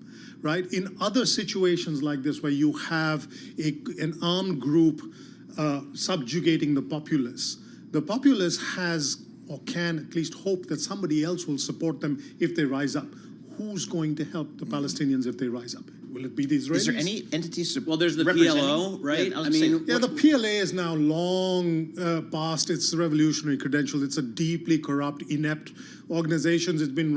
They've had no elections in sort of 2 decades. They're being run by a gerontocracy of deeply corrupt and inept individuals. So the PLA is out. It took them nearly a week to come up with a statement to say Hamas doesn't represent the Palestinian people. This should have been their statement within minutes of the first news breaking. It took them a week. That gives you a sense of how useless their political leaders are. So they are really, the people of Gaza are really caught in a bad place. Yeah. We can never really know. There's plenty of anecdotal evidence that they don't like Hamas.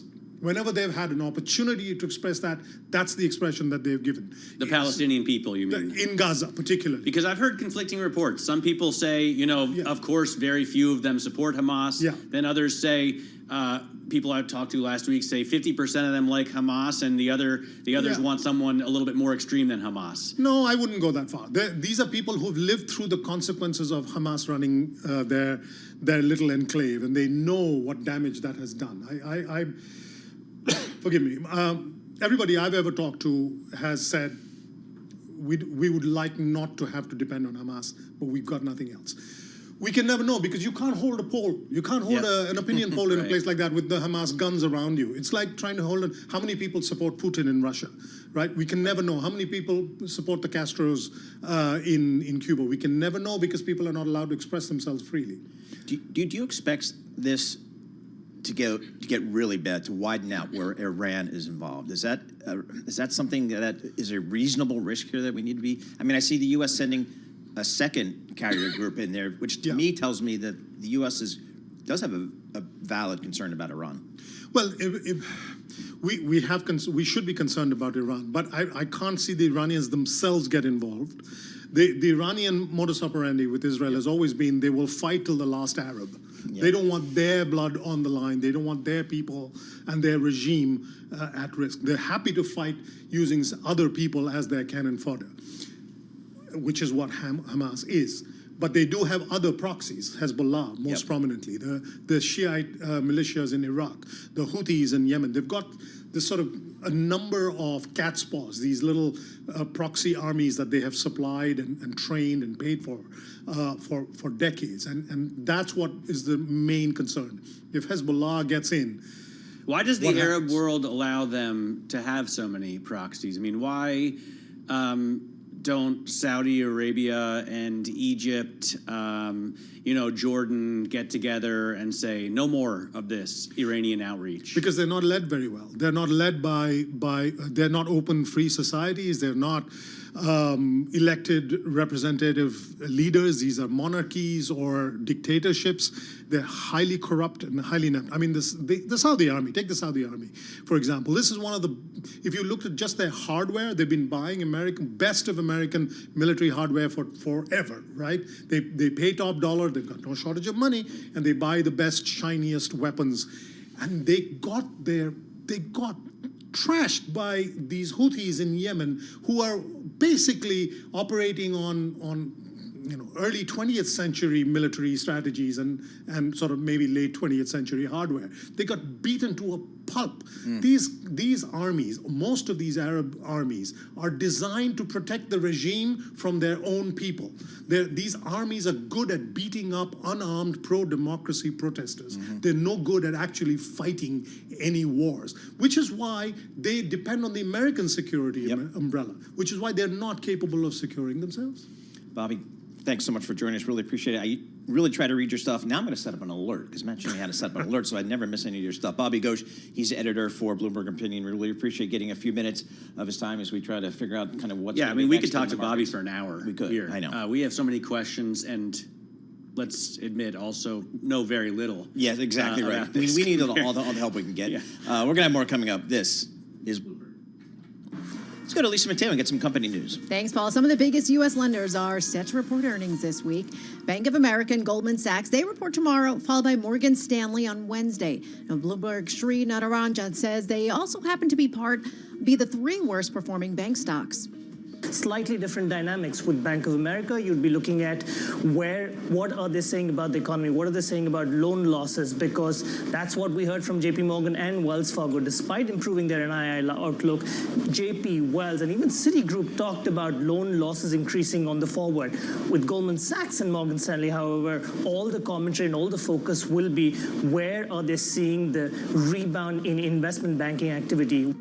Now, right now, we have Goldman Sachs right now is up about 1.5%. Bank of America up 0.7%. Morgan Stanley up about 1%. Shares of Shell hit a record high in rising energy prices, and the CEO's stronger focus on the core oil and gas business attracted investors, while Sawan promised a ruthless focus on improving returns.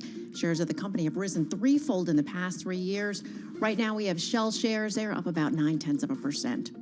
And the auto industry's push to boost sales of electric vehicles is running into a cold, hard reality. Buyers, they're just losing interest. While EV sales continue to grow, rising 51% this year through September, the rate has slowed from a year earlier, and unsold inventory is starting to pile up.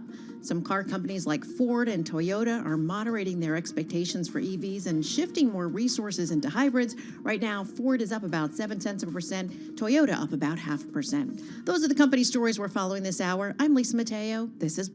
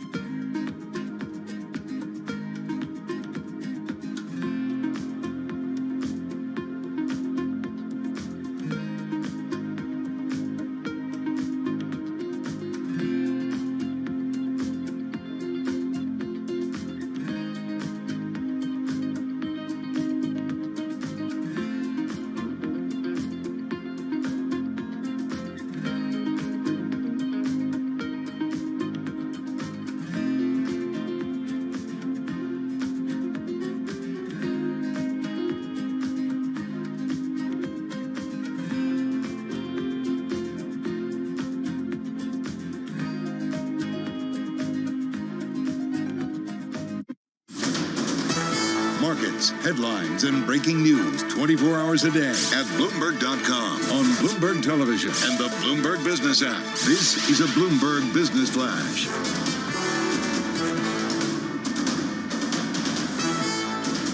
It's 12:21 on Wall Street. I'm Steve Rappaport. We check the markets all day long here at Bloomberg. We have the S&P 500 up less than 1%, up 0.99 to be exact. The Dow Jones also down less than 1%, or up less than 1%. NASDAQ gaining now up to 1%.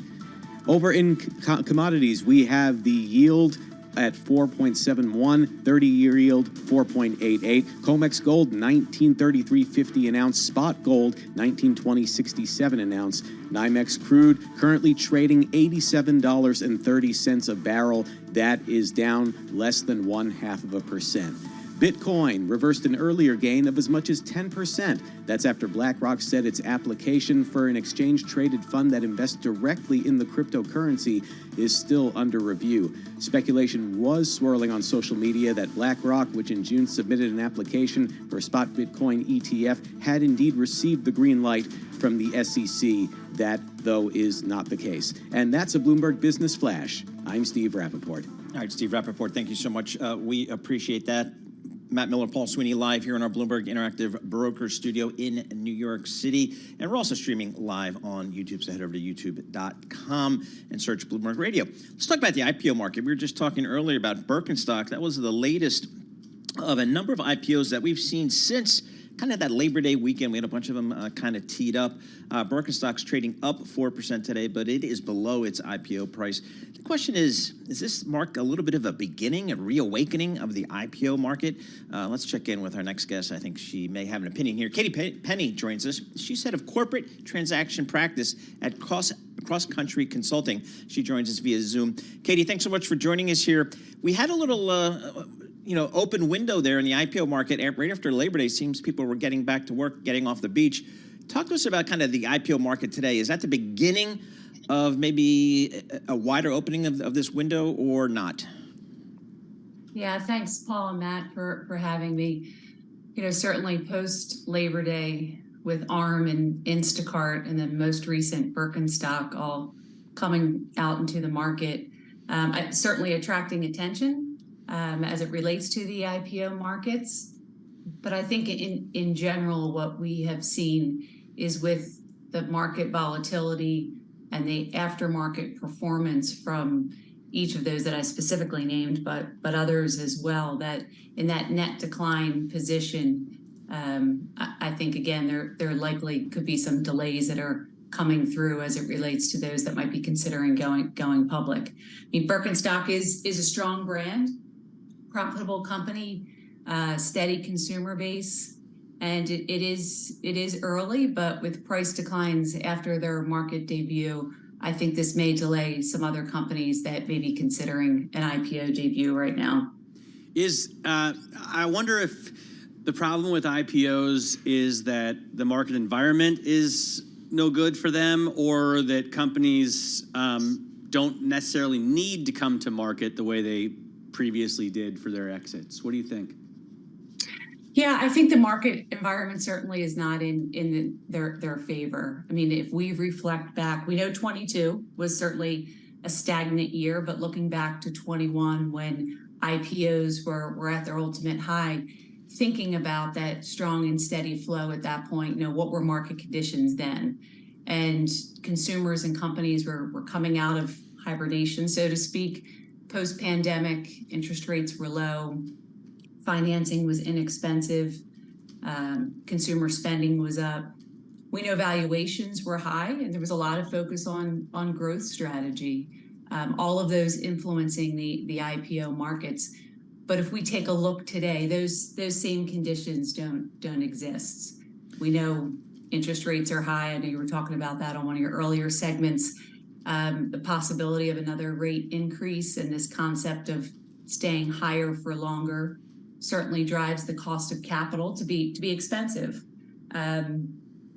There has been some discussion, I know, around the pandemic savings coming to an end, student loan payments all coming back, the geopolitical certainly as it relates to Ukraine, and as I noticed on your prior segment, the devastation and conflict in Israel, all of those factors really being fluid and compounding, and really, I think, having some negative impact as it relates to those that are considering coming to market through an IPO. So some really tough market dynamics right now.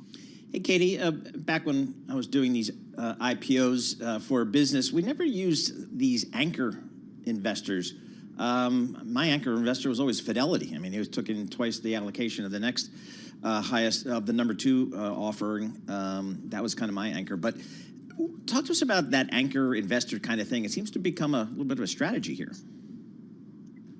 Yeah, I would say some companies, and this is somewhat more recent. So same as I look over my career as well, it wasn't often to have these anchor investors or cornerstones, but some companies with the strategy of looking to potentially de-risk their IPO through this way. So more or less talking with investors early, using a strategy to identify these anchor investors or cornerstones, really with the idea to more or less attempt to demonstrate validation and confidence in their offering. I don't know. When I first saw that, I said, this is a deal that needs an anchor. It maybe can't stand on its own. That was my view. I don't know, but I guess this seems to be a little bit more accepted in the IPO marketplace. I was wondering if that's just a reflection something that seems to have carried over from SPAC investments. Maybe. Maybe. So, all right, how's the pipeline look, Katie, as you look towards the remainder of the year? Yeah, I think as far as looking out, that more or less, given some of the challenges that we just mentioned, it's really creating dynamics for the IPO market. And again, reflecting on some of these that, as we talk about, come out post Labor Day, their aftermarket overall kind of net decline. Yep. I'm not expecting to see a significant uptick in IPOs for the remainder of 2024. Certainly, maybe if some of these challenges begin to subside, or again, we tend to move things to think of them as normalcy, then there may be more periods for entry as we head into the first half of 24 before the election nears, that again might narrow the window a bit. So I think it'll, again, through the rest of this year, I'm not expecting a significant uptick. All right. I don't know. If I had the S&P up 15%, I could get some companies through. I don't know what these kids are doing today. Katie Penny, thanks so much for joining us, Head of Corporate Transaction Practice at Cross Country Consulting. I mean, the deals coming out after the Labor Day, they all look like good companies, and they got, really? Yeah, I thought they were. There were a couple companies I still don't know exactly what they were doing. I thought they were. I mean, it's ARM is a chip company. I don't know. That kind of felt like they were some solid companies, solid track records. I get ARM for sure. Yep. Instacart too. Yep. Kava, I get that. Yeah. Birkenstock for sure. Yeah. So I mean, I thought they were real companies, real businesses, real cash flows. I'm surprised they haven't traded a little bit better, but we'll have to see here. So, but I still got oil. I mean, maybe with the oil back here back in the high 80s. Let's go do some deals there. But there was that M&A trade we did have. ExxonMobil, $60 billion. Yeah, that's a $60 billion deal, and then you had the closing of the Microsoft Activision deal. That was $69 billion. You've had some big M&A, but you haven't had any really cool companies come to market. I mean, right. I get you. And there's no like a Google or anything like that. Yeah. All right, let's go to the important stuff. If I want to go buy a Ford Bronco and I go to the lot, are they going to have any there for me? There are some at Scarsdale Ford near me that I've seen in the lot. I imagine they're charging a little bit more than MSRP. They call that an ADM, additional dealer markup. Yeah, I don't like that. But yeah, they were difficult to get before the strike, and they're even more difficult to get now in any kind of configuration that you would want, because they're a very popular vehicle. But it's by and large, such a fun truck to drive. Have you, I've driven one a couple of times, and you just feel like a high school kid, putting the top down, driving over people's lawns, knocking down mailboxes. I mean, that's the kind of truck that's that fun it is. in Ohio. Yeah. Cow tipping. What are you driving these days? So actually today I'm going to go pick up a new Jeep to test drive. So great that you bring up the Bronco, because this is what people will cross shop it against. I'm going to pick up the Wrangler Rubicon, which is kind of the off-road trim, but with the 392. So the big 6.4 liter naturally aspirated Hemi. That's what we're talking about. Which I always love when they take, a vehicle like the Jeep Wrangler, just like the Mercedes G-Class, it's not aerodynamic. It's not gonna hold like a G on the skid pad. Like this is, if you turn hard, it's gonna roll over, and it's just not the kind of truck that you really need to have a gigantic, super powerful V8. In Death Valley, California, brutal conditions. We go on this, drive through the desert, and with a guide. The only vehicle that can survive there is the Rubicon. He's the guy who owns this business. Said I've tried everything out there, and the best vehicle for these harsh conditions is a Jeep Wrangler Rubicon. It was like a big. Yeah, that's a huge part of the allure, right? Yeah. That's what their marketing is all about, because it's true. When somebody's in trouble in one of those places in Moab, Utah, when somebody gets stuck, eventually you're going to see some Jeeps coming to pull them out. Now, the thing about it is, this is an $82,000 Jeep to start before you put any options on it, right? And the person who's driving an $82,000 Jeep is not in Moab, Utah. That person is driving from like Bronxville to Scarsdale to go to Starbucks. Right. And that's as off-road as they're going to get. Exactly. All right, there we go. The Jeep Wrangler making his appearance. We'll probably get something on social media about that. This is Bloomberg. Right now, we're going to head down to right around the corner to Dan Schwartzman, New York City. He's probably like, "Hi, Dan." Hi, Dan. Hey, Paul and Matt. Great to be here with both of you. The death toll from last weekend's assault by Hamas into Israel, as well as Israel's retaliation, continues to mount. Israel announcing that more than 1,400 people are now dead, with 3,400 wounded. The Palestinian Ministry of Health says that the death toll in Gaza has risen to at least 2,750, with close to 10,000 more injured. In the West Bank, another 54 Palestinians have been reportedly killed in clashes with Israeli troops. As we know, Israel's military has indicated it plans to go into Gaza by air, sea, and land. Mick Mulroy, a former CIA officer and co-founder of the Lobo Institute, says the attack is coming soon. They're going big, and it's going to be violent. They'll probably have some come in from the sea to create a dilemma from Hamas, maybe some coming from the air to try to drop behind them in central Gaza, to try to create a dilemma and envelop them. But once they get into the actual fighting, it's going to be block by block. I'm hearing the Israeli planners that talk to me talk about upper and lower Gaza. Upper being buildings and everything that you see normally in a city. Lower is all these tunnels. There's around 300 miles of tunnels down there. And that's going to be bare militarily to try to conquer. Mick Mulroy of the Lobo Institute was a guest on Bloomberg Markets. Hear more of his thoughts on today's edition of the Tape Podcast. Israel says Hamas is holding now 199 hostages, including foreigners. The group Israeli Hostages and Missing Families Forum says the hostages are, quote, enduring extreme conditions. The group says some of the captives include children with autism and elderly women with Parkinson's disease, as well as a man with multiple sclerosis. Global news, 24 hours a day, powered by more than 2,700 journalists and analysts in over 120 countries. I'm Dan Schwartzman, and this is Bloomberg.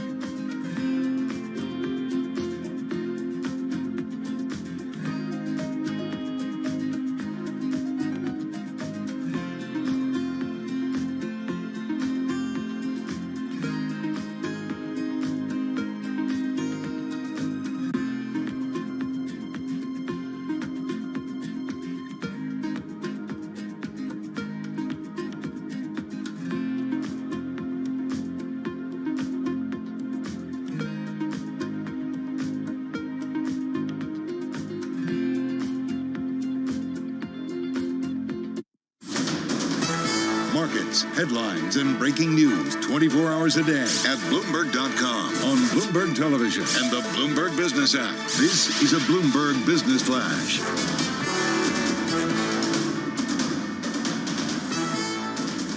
It's 1240 on Wall Street. I'm Steve Rappaport. We check the markets all day long at Bloomberg, starting with Wall Street's big three. The S&P 500 up more than 1%. The Dow up less than 1%. The NASDAQ up more than 1%. Two-year yield, 5.08. We have the 10-year at 4.72. COMEX Gold, $1,933.40 an ounce. NYMEX Crude, $87.04. That is down slightly from a surge on Friday as economists are concerned about what a spreading conflict in the Middle East will do for the oil markets. Bitcoin goes on a roller coaster ride thanks to a rumor and has since given back some gains once that reality kicked in. More on that from Bloomberg's Erica Herskowitz. Steve, Bitcoin reversed an earlier gain of as much as 10% after BlackRock said that its application for an exchange-traded fund that invests directly into the cryptocurrency is still under review. Speculation swirled on social media that BlackRock, which in June submitted an application for a spot Bitcoin ETF, received a green light from the U.S. Securities and Exchange Commission to launch the first such product in the U.S. That spurred the surge in the largest coin, though Bitcoin quickly reversed the majority of those gains after the rumor was debunked. Steve? Thanks, Erica. I'm Steve Rappaport, and that is a Bloomberg Business Flash. All right, Steve Rappaport, thank you so much. We appreciate that. Matt Miller, Paul Sweeney live here in our Bloomberg Interactive Brokers studio. We're streaming live on YouTube as well. Well, we're right in the midst of a lot of the big banks reporting earnings. And obviously one of the key topics is just the advances in financial technology, how they're trying to capitalize on that, how it represents fintech, represents perhaps a competitive threat. So we want to dive a little deeper into that. Brian Hindeman, he joins us. He is the CEO of Blue Ocean Technologies. He joins us via Zoom. Brian, thanks so much for joining us here. Let's just take the 30,000-foot view here. Talk to us about Blue Ocean Technologies. How do you guys play in this fintech space? Yeah, well, thanks for having me. So very simply, Blue Ocean Technologies, we have an ATS, an alternative trading system. We trade U.S. stocks, national market system stocks, when the traditional exchanges are closed. So starting at 8 o'clock p.m. Eastern time to 4 o'clock in the morning, we'll trade the most active national market system U.S. stocks during that 8-hour period. On any given night, during the month of September, we traded over 4,000 different stocks on any given night during the month. So are you a market maker? Are you an agent just putting together buyers and sellers here? Do you make a market? How does that work? So we have market makers on the platform like Jane Street and Virtu that provide two-sided liquidity in these names. We act like an alternative trading system. We're very exchange-like. Just like NASDAQ, we match buyers and sellers and don't take any principal position. And so is your commission, straight up commission? Is that how your business model works? Yeah, I mean, basically we call it a maker taker fee. We give a rebate to people that provide liquidity on the platform, and we charge a take fee when someone is hitting a bid or lifting an offer and removing liquidity. And we also charge for market data. So there's two revenue streams for the ATS. So who are your customers? Who's trading here? Is it individual? Is it retail? Is it institutional? Yeah, so primarily, we only interface with FINRA-registered broker-dealers, right? Okay. So if you're a retail customer, you have to come through your brokerage account like Robinhood or Interactive Brokers who are currently connected to the platform, right? So right now, I would say it's 95 to almost 100% retail, both here in the States, but more importantly, retail coming from the Asia-Pac region. Those folks over there want to trade U.S. stocks during their daytime hours. I see. So what's kind of an average transaction size for you in shares and dollars? Yeah, so the average, share size, and we charge on a per share basis, it's somewhere between 150 and 200 shares on any given night. Per transaction? Per transaction. I got you. So where are we in terms of, one of the things I've, learned about crypto, particularly Bitcoin, and what's so unusual is it trades all the time, 24 hours a day, 7 days a week. And so you leave work on Friday and you look at Bitcoin, you remember it was trading at 24,000, you come in on Monday and it's 28,000. Then you're like, oh yeah, they trades over the weekend. Are we ever going to get to that kind of trading for equities? I think we are, and really because of the way crypto trades, I think U.S. equities are now trading 24/5. So years ago, when I was at NASDAQ running the NASDAQ platform, we wanted to go ahead and trade 24 hours, but customers they weren't prepared from a call it support perspective. They didn't have the desk or the infrastructure to support 24-hour trading. But now that crypto, as you said, trades 24/7, right? Futures, even some options trade 24 hours a day. The infrastructure is in place now to trade 24/5. We start trading on Sunday night at 8 p.m. And we wrap up on Thursday really Friday at 4 in the morning. Right now, because of, I think, clearance and settlement, we're not really prepared as an industry to trade 7 days a week.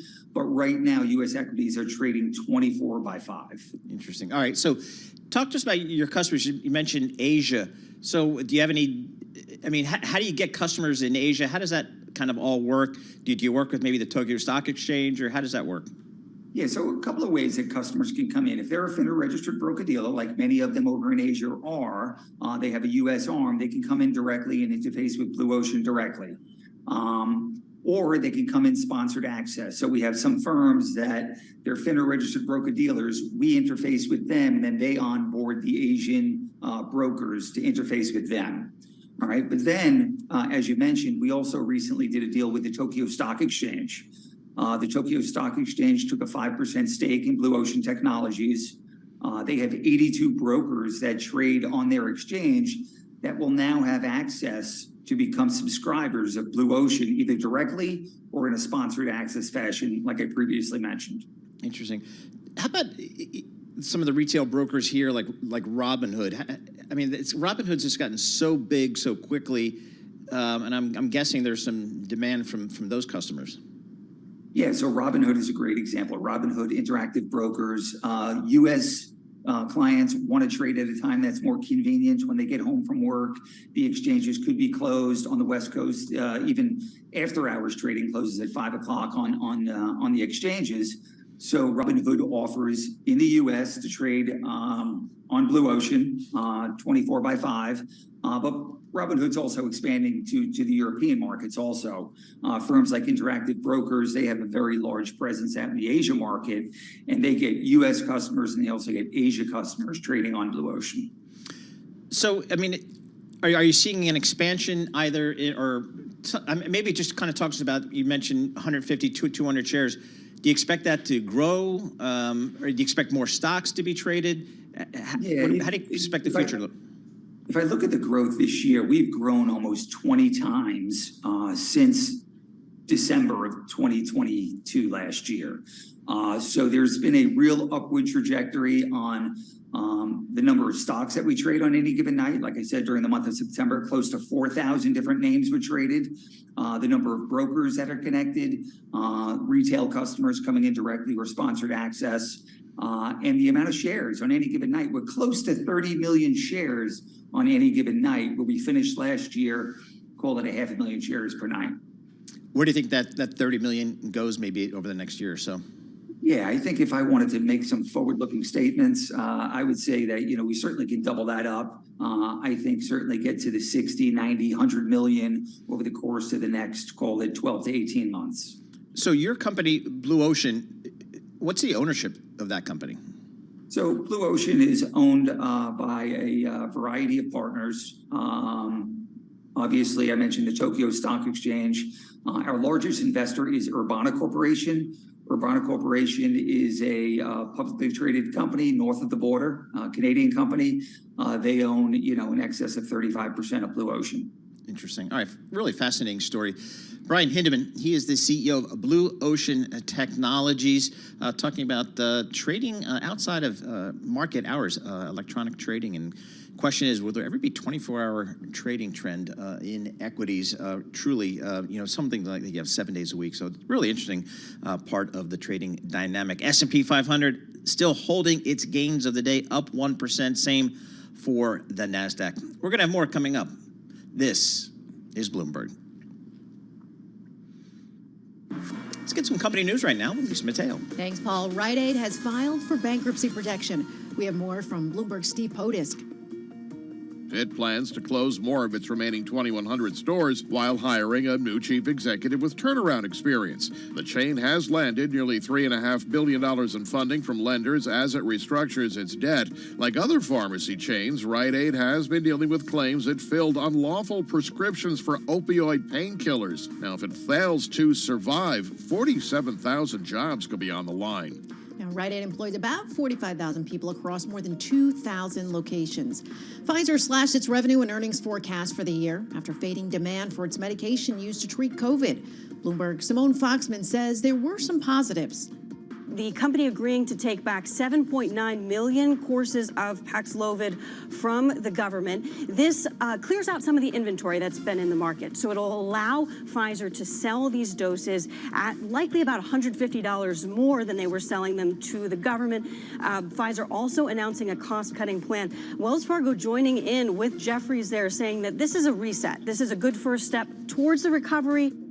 Now, shares of Pfizer right now, they're up more than 4.5%. Novo Nordisk is boosting its drug pipeline. The Danish drug maker has agreed to buy an experimental blood pressure medicine from KBP Biosciences for as much as $1.3 billion. Now, that treatment is currently in late-stage testing for people with uncontrolled hypertension and advanced chronic kidney disease. Shares of Novo Nordisk right now, they're down. They're lower, down about 1.5%. Those are the company stories we're following this hour. I'm Lisa Mateo. This is Bloomberg.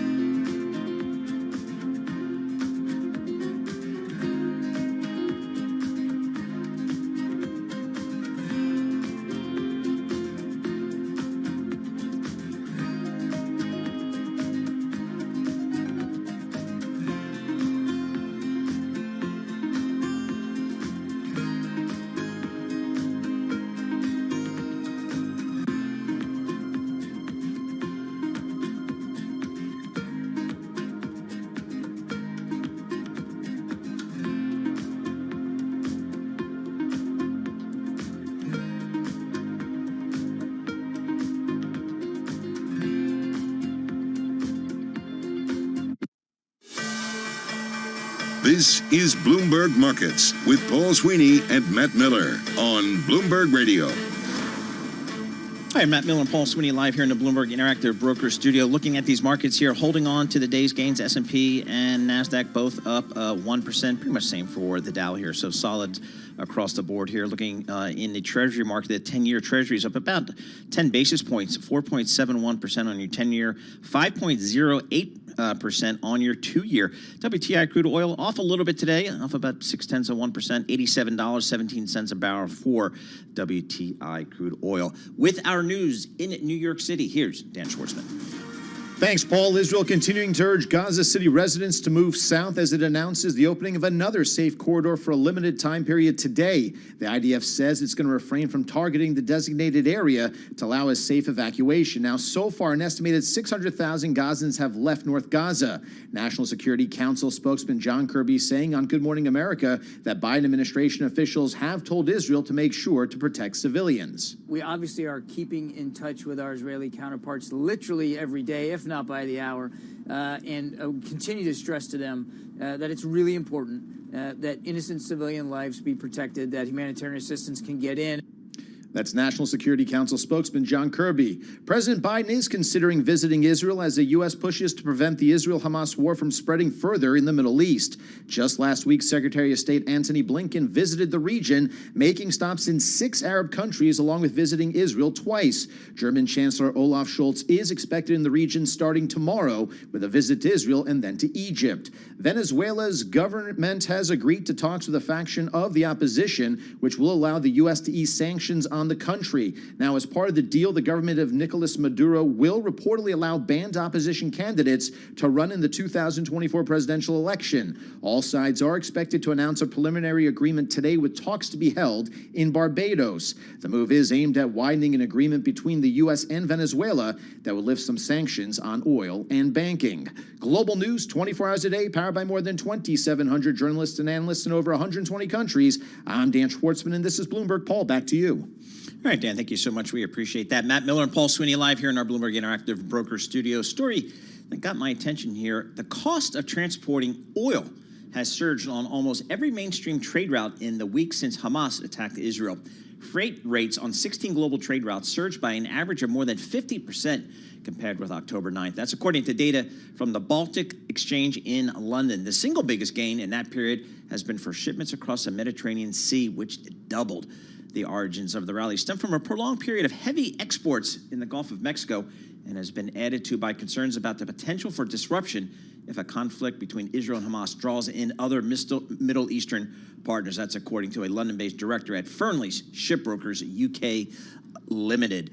Look at this. Shipping historically has benefited from geopolitical turmoil, said John Kartsonis, managing partner at Breakwave Advisors, which runs exchange-traded funds linked to shipping. The urge to secure energy supplies is the first thing in minds of traders when wars or conflicts begin. The tanker industry typically measures rates in world-scale points, which gives owners and the companies hiring their ships an easy way to negotiate dollars per ton costs on thousands of individual trade routes. It climbed to 219.44 points in the Mediterranean on Monday. That's up from 107 points a week earlier, so more than doubling there. So again, the risk in global trade increasing due to some of these geopolitical issues that are out there. So interesting to see how that gets reflected in the world economy. Looking at these markets here as we finish up this hour, S&P 500 up about 1%. Same for the NASDAQ. The Dow's up about 0.9%. So a solid day across the board for equities. Looking at the Bloomberg Dollar Index, that's off just slightly here today, off about 0.25%. So the dollar a little bit weaker here. 10-year Treasury's up 10 basis points, and that is at 4.71%. The 2 years at 5.08%. And WTI crude oil, $87.30, off about 0.5%. So pretty solid day in the equity market so far. We're going to get lots of bank earnings starting tomorrow, or continuing tomorrow. Bank of America, so we'll get a good view on the consumer. Right now, Sound On with Joe Matthew from Washington, D.C. That starts right now.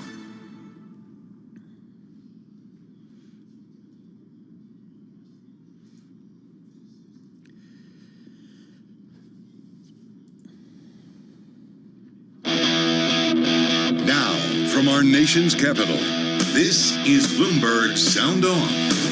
The Biden administration says we're making good on a long-held promise. Ballooning budget deficits in Washington. We're in a bizarro political world here. Bloomberg Sound On. Politics, policy, and perspective from D.C.'s top names. Most people, including most Republicans in Congress, understand that we need to get aid to Ukraine. Who's going to take us in a rational way into the future and lead our country? This has really become kind of the new frontier in American politics, is this battle between red states and blue cities. Bloomberg Sound On with Joe Matthew on Bloomberg Radio.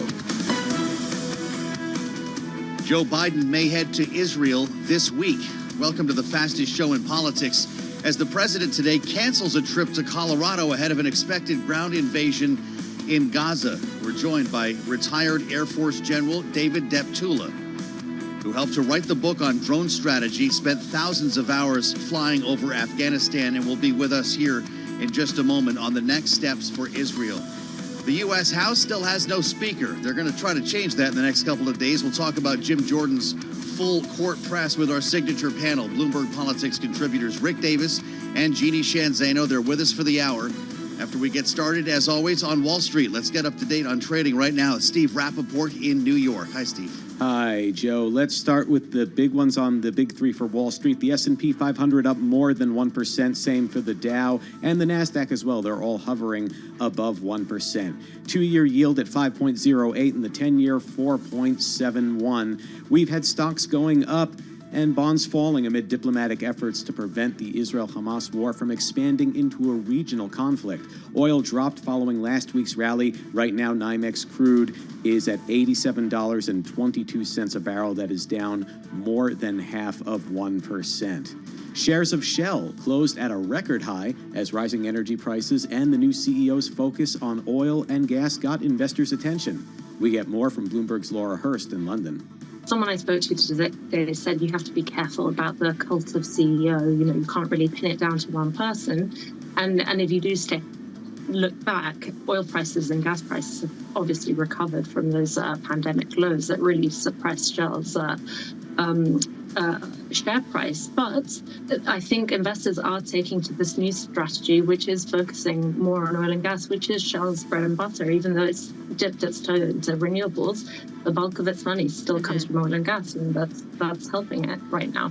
That was Bloomberg's Laura Hurst in London covering Shell. We have the Japanese yen at 149.58, the euro 10549, British pound 1.2203. Also, COMEX gold $1,935.60 an ounce. And that's a Bloomberg Business Flash. Back to you, Joe. All right, thanks and welcome to the Monday edition of Bloomberg Sound On. I'm Joe Matthew in Washington, where we've got a lot to learn this week. Not only, of course, who will be the next speaker. We'll see if we learn that this week. But, of course, what's going to happen next in Israel with the headline now on the terminal. Biden weighs trip. Yes, to Israel, considering a trip as part of a global push to prevent the war from spreading in the Middle East. He appeared on 60 Minutes last evening, not knowing, at least we didn't know, that they would cancel a trip the president had planned today to visit Pueblo, Colorado, staying here to manage issues at home, and could be on the jet within days from what we're reading in reports here on the terminal. President spoke, as I mentioned, on 60 Minutes last evening with Scott Pelley about the war in Israel. Do you believe that Hamas must be eliminated entirely? Yes, I do. But there needs to be a Palestinian Authority. There needs to be a path to a Palestinian state. A path to a Palestinian state. As we bring in the voice of Jordan Fabian, Bloomberg White House reporter, who's with us at the table to get things started today. Jordan, it's great to see you. You've been reporting on this, obviously, since the terror attack happened, and now we're hearing reports that the president may actually get on Air Force One to go to Israel. You know, we talked about this, whether it was Florida, whether it was Hawaii, about how a presidential visit can be very disruptive. And I suspect that this would be a very difficult trip to plan. Do we think it'll happen? Yeah, it seems to be there seems to be planning going on for him to go. They haven't announced whether that's official yet, sure. But them pulling down that Colorado trip today would indicate there's some serious planning going on. Mm-hmm. And yeah, there's a lot of imperatives for Joe Biden to go, but it will be taxing, both on the U.S. side's getting a trip of that magnitude together on such a short timeline, and also the Israeli security services, who obviously have a lot on their plate, given the nature of the conflict there. In these visits, the president isn't usually on the ground for a long time, but there's still a lot of security that goes into it to make sure the president is safe. I can't imagine the advanced planning here, and I suspect that it would be a relatively brief trip. What's the purpose, though? I mean, obviously, we know for a fact that Joe Biden's been in touch on a daily basis with Benjamin Netanyahu. The secretary has been in touch with defense, their defense minister. Why does being in person matter? Well, first of all, Israeli Prime Minister Benjamin Netanyahu invited President Biden to visit Israel, and so Netanyahu obviously has his purposes. He wants the sort of seal of approval from the U.S. president for whatever he's going to do with this campaign against Hamas in Gaza. But for the U.S. president, there's a couple of considerations at play here. One is a diplomatic mission to make sure that whatever offensive Israel decides to launch, that they kind of stay within bounds, that they're limiting civilian casualties, and also to send a signal to Hamas, Hezbollah, Iran to not get involved. Him showing up there would be a powerful symbol of that. But there's also domestic politics at play. This is an opportunity for President Biden to get out there, show some leadership on the world stage as he ramps up his re-election bid. Well, that makes sense. They made an ad out of his trip to Ukraine. Right. Made him look like Tom Cruise in Mission Impossible. He had the aviators on and the whole bit. I suspect there's some campaigning inherently as part of this. But to put your name on what's about to happen is also part of this.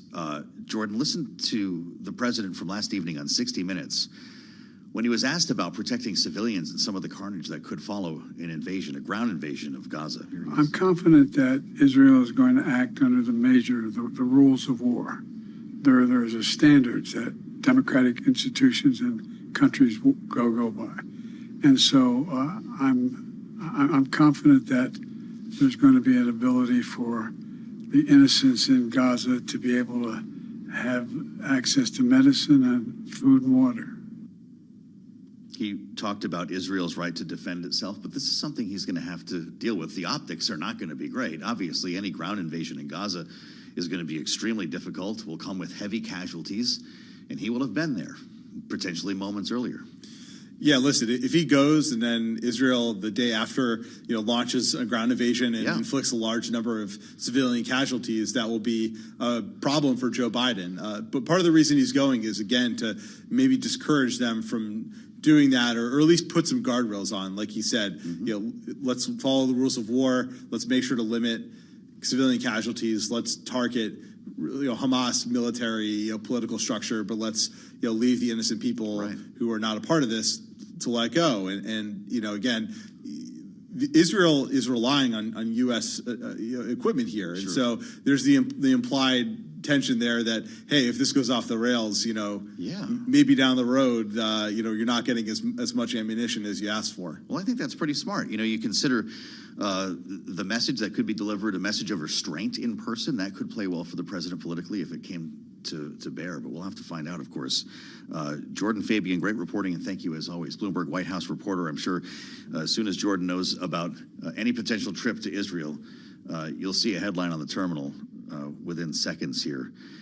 As we bring in the voice of the general, I've been looking forward to this as long as I have known that Lieutenant General David Deptula would be with us, U.S. Air Force retired, a man who was instrumental not only in the ground war over Afghanistan, but in positioning the Air Force to make use of drones to the extent that we're seeing now in Israel and also in Ukraine.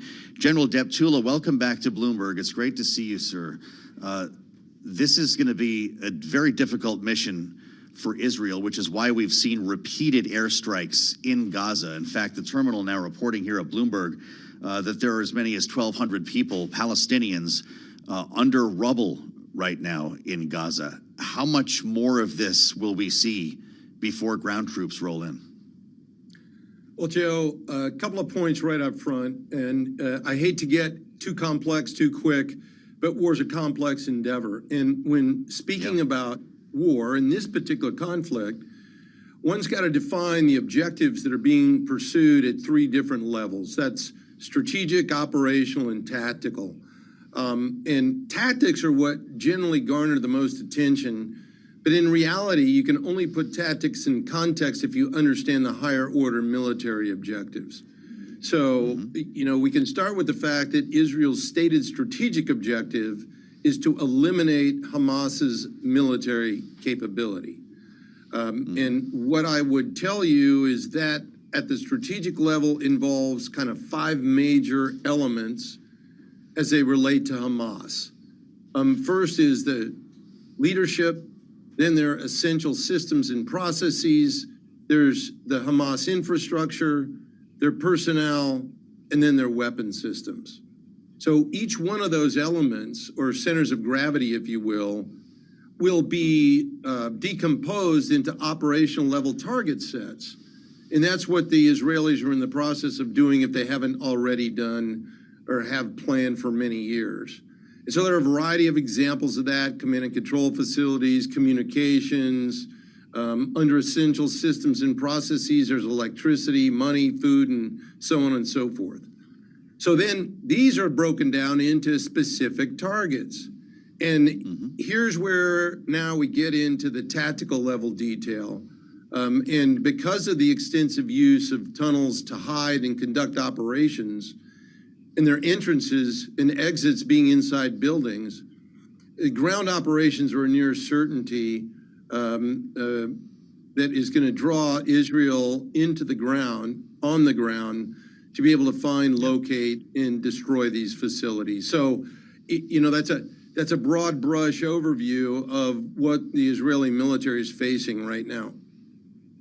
Understood.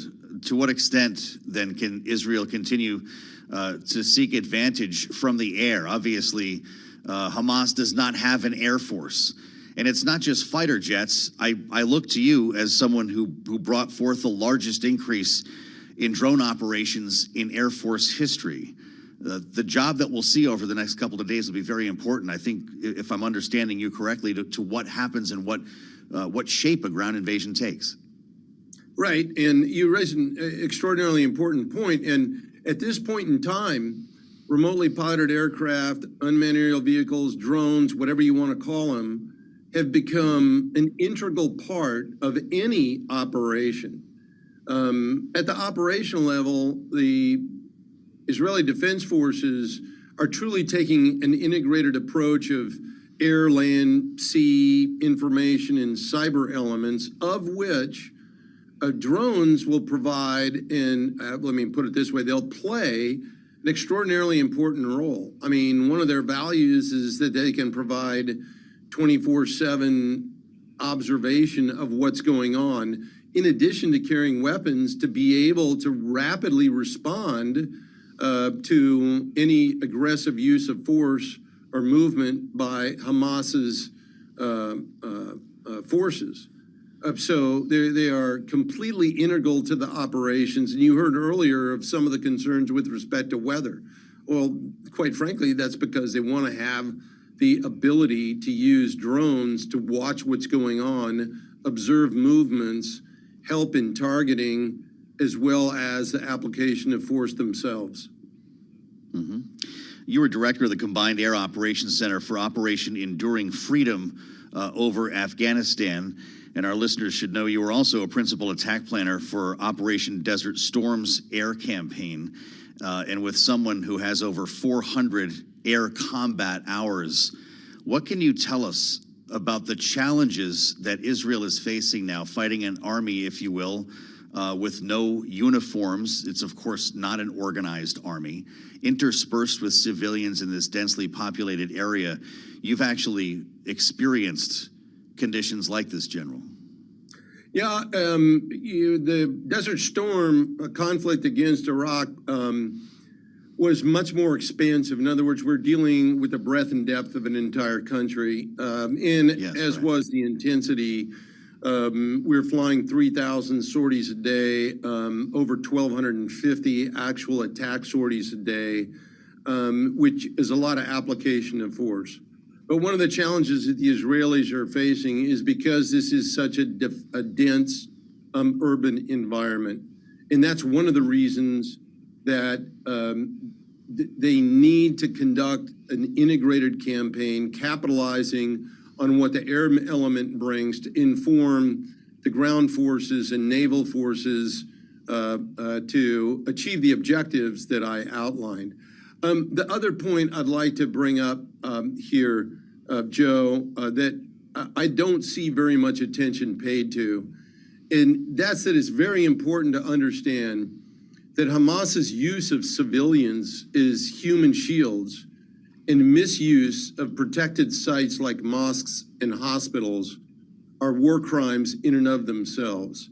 Now, at the same time, it's important to note that even if Hamas uses human shields, which they are, Israel is still bound by the principles of proportionality and have to take all feasible precautions to minimize harm to civilians. And they have a very strong history of doing that. But it doesn't mean that they cannot strike targets because of the presence of human shields.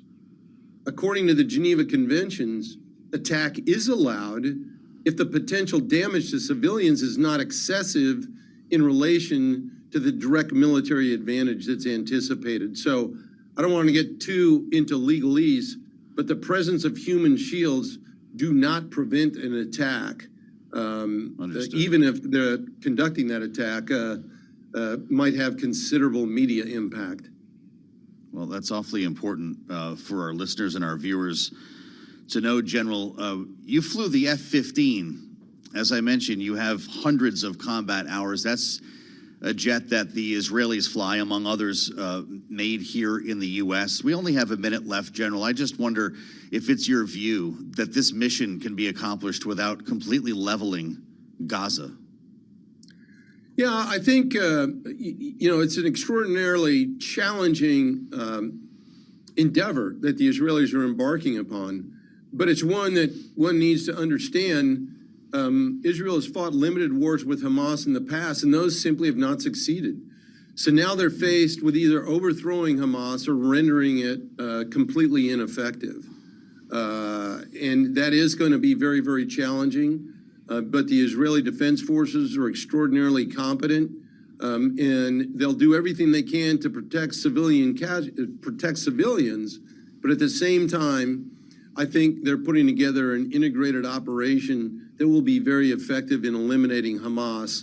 And that's what they simply need to do, because Hamas's actions have shown that they are pure evil and must be eliminated. Well, there you have it from someone with firsthand experience. Retired General David Deptula, it's great to see you, sir. Now the Dean of the Mitchell Institute for Aerospace Studies. And again, former Air Force Deputy Chief for Intelligence, Surveillance, and Reconnaissance, along with former fighter pilot. This is Bloomberg.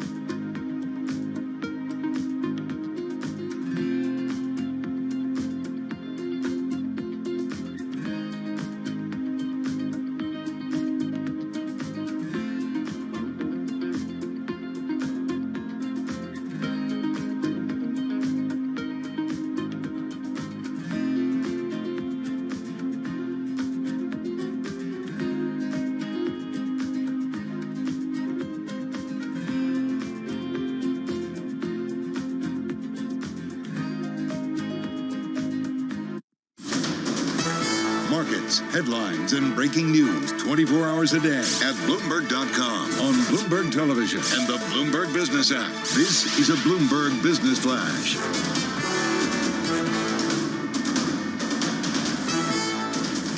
It's 1:21 on Wall Street. I'm Steve Rappaport. We check the markets all day long at Bloomberg. The big three on Wall Street pulling back, but still positive. The S&P 500, the Dow, the NASDAQ, all up more than 0.75%. Two-year yield, 5.09. The 10-year, 4.71. COMEX gold, $1,924.20 per ounce. NYMEX crude trading at $86.90 a barrel. That is down more than 0.75%. The S&P added about 1%, with traders also gearing up for a raft of earnings reports.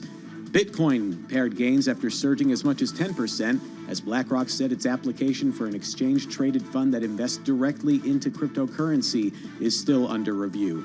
Ford Motor Company is calling on the United Auto Workers to end its more than month-long strike, warning if the work stoppage continues, it will hurt both local communities and the broader U.S. economy. Shares of Ford right now up less than 1%. Stellantis up less than 1%. General Motors up more than 1.25%. And that's a Bloomberg Business Flash.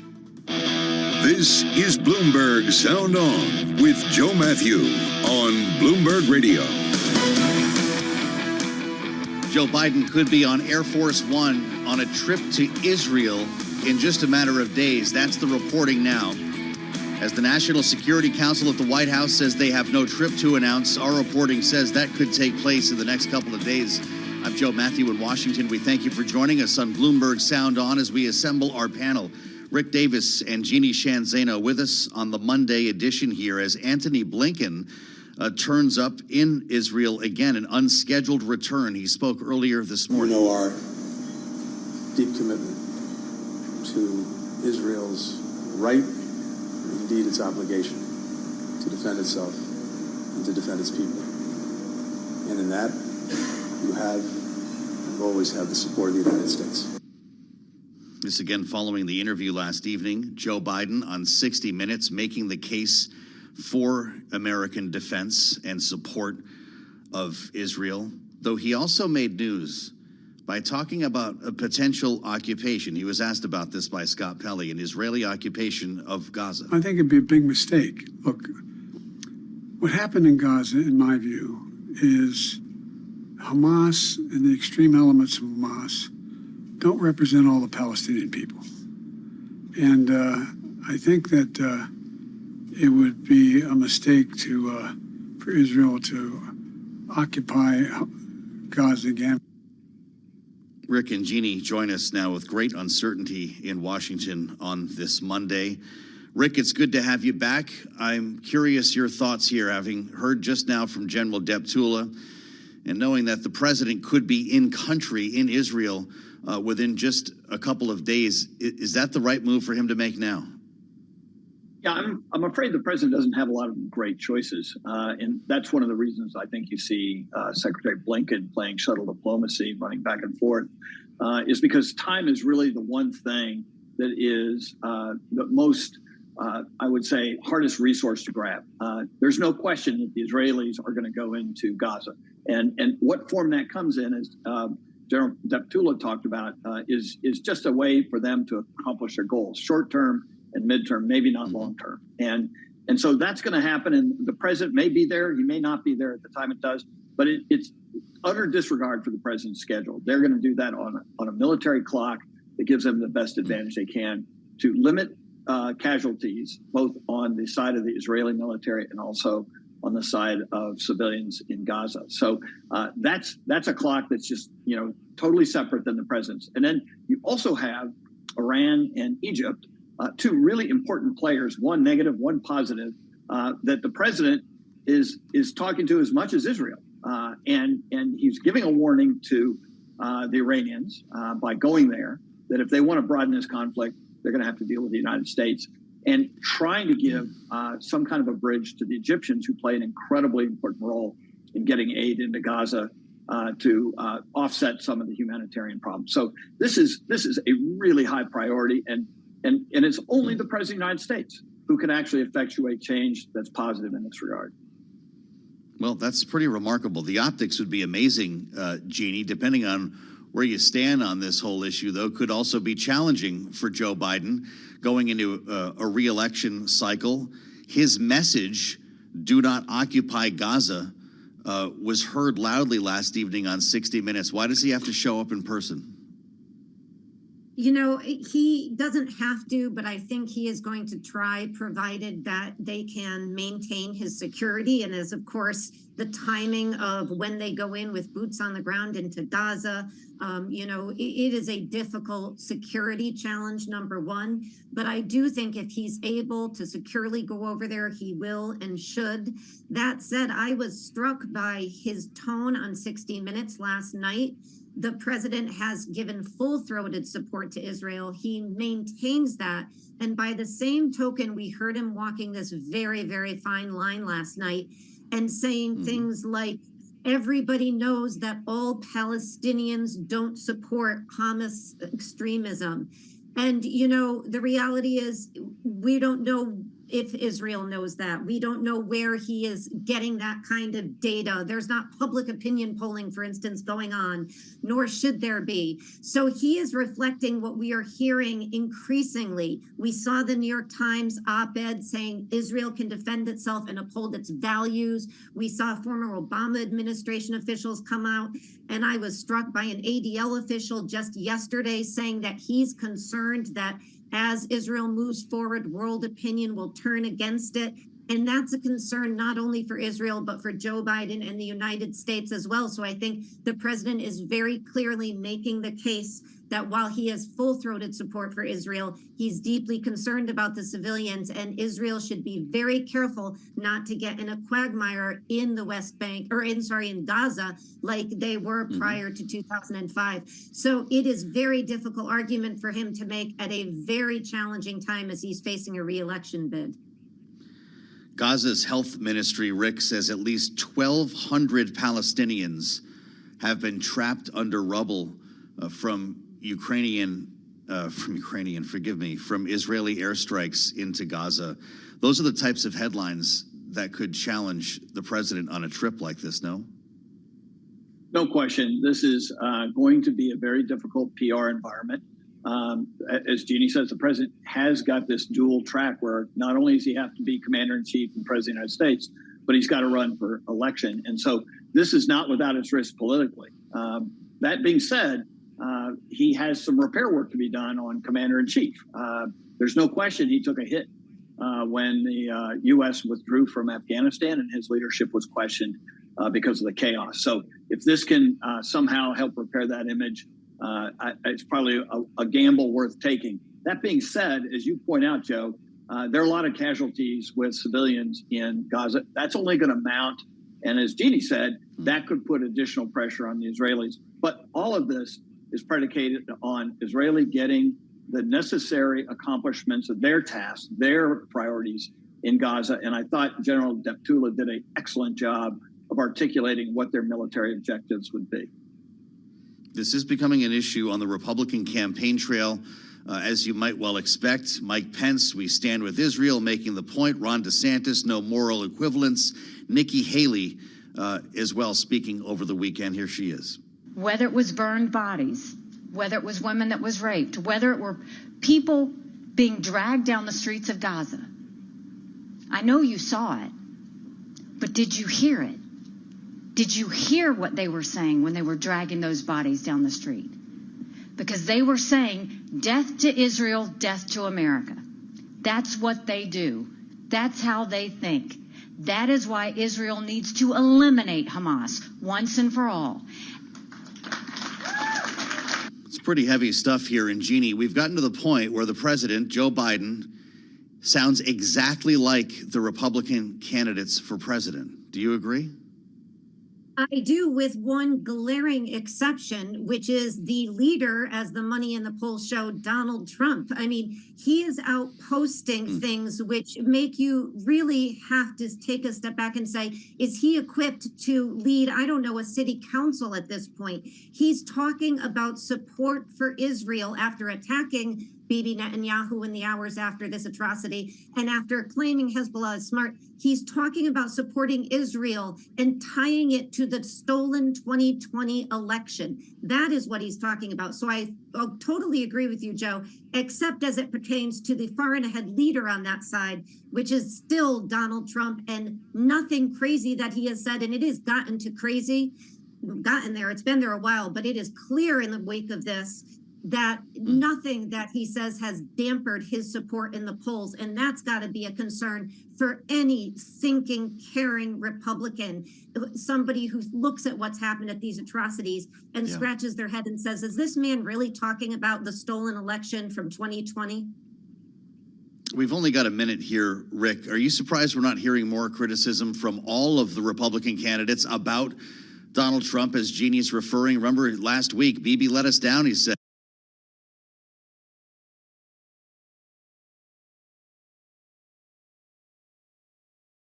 I think everybody endorses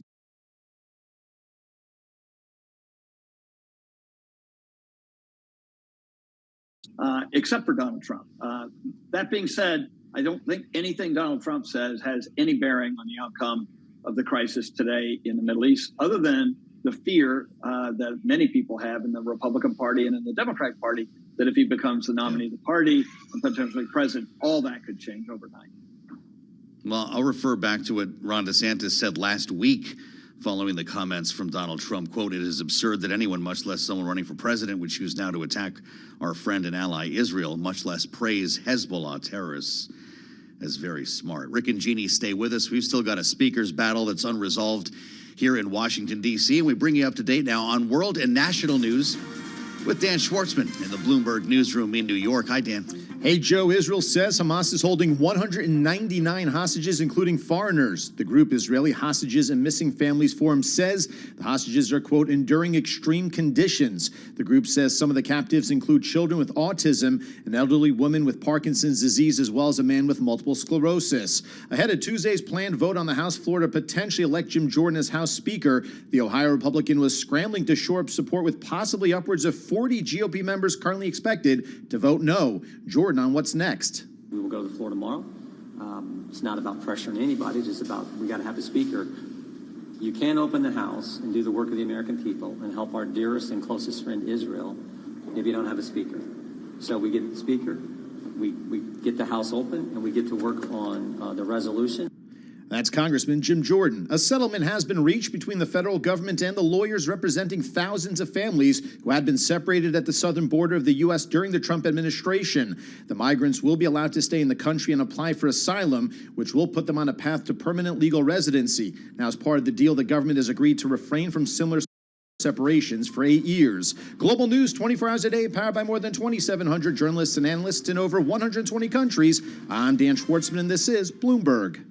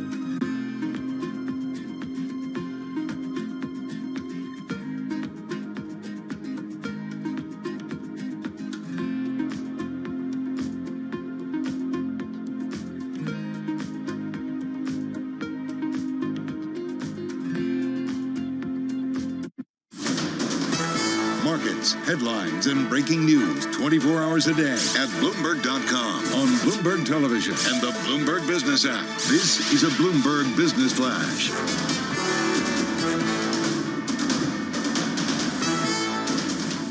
It's 1:40 on Wall Street. We check the markets all day long here at Bloomberg. I'm Steve Rappaport.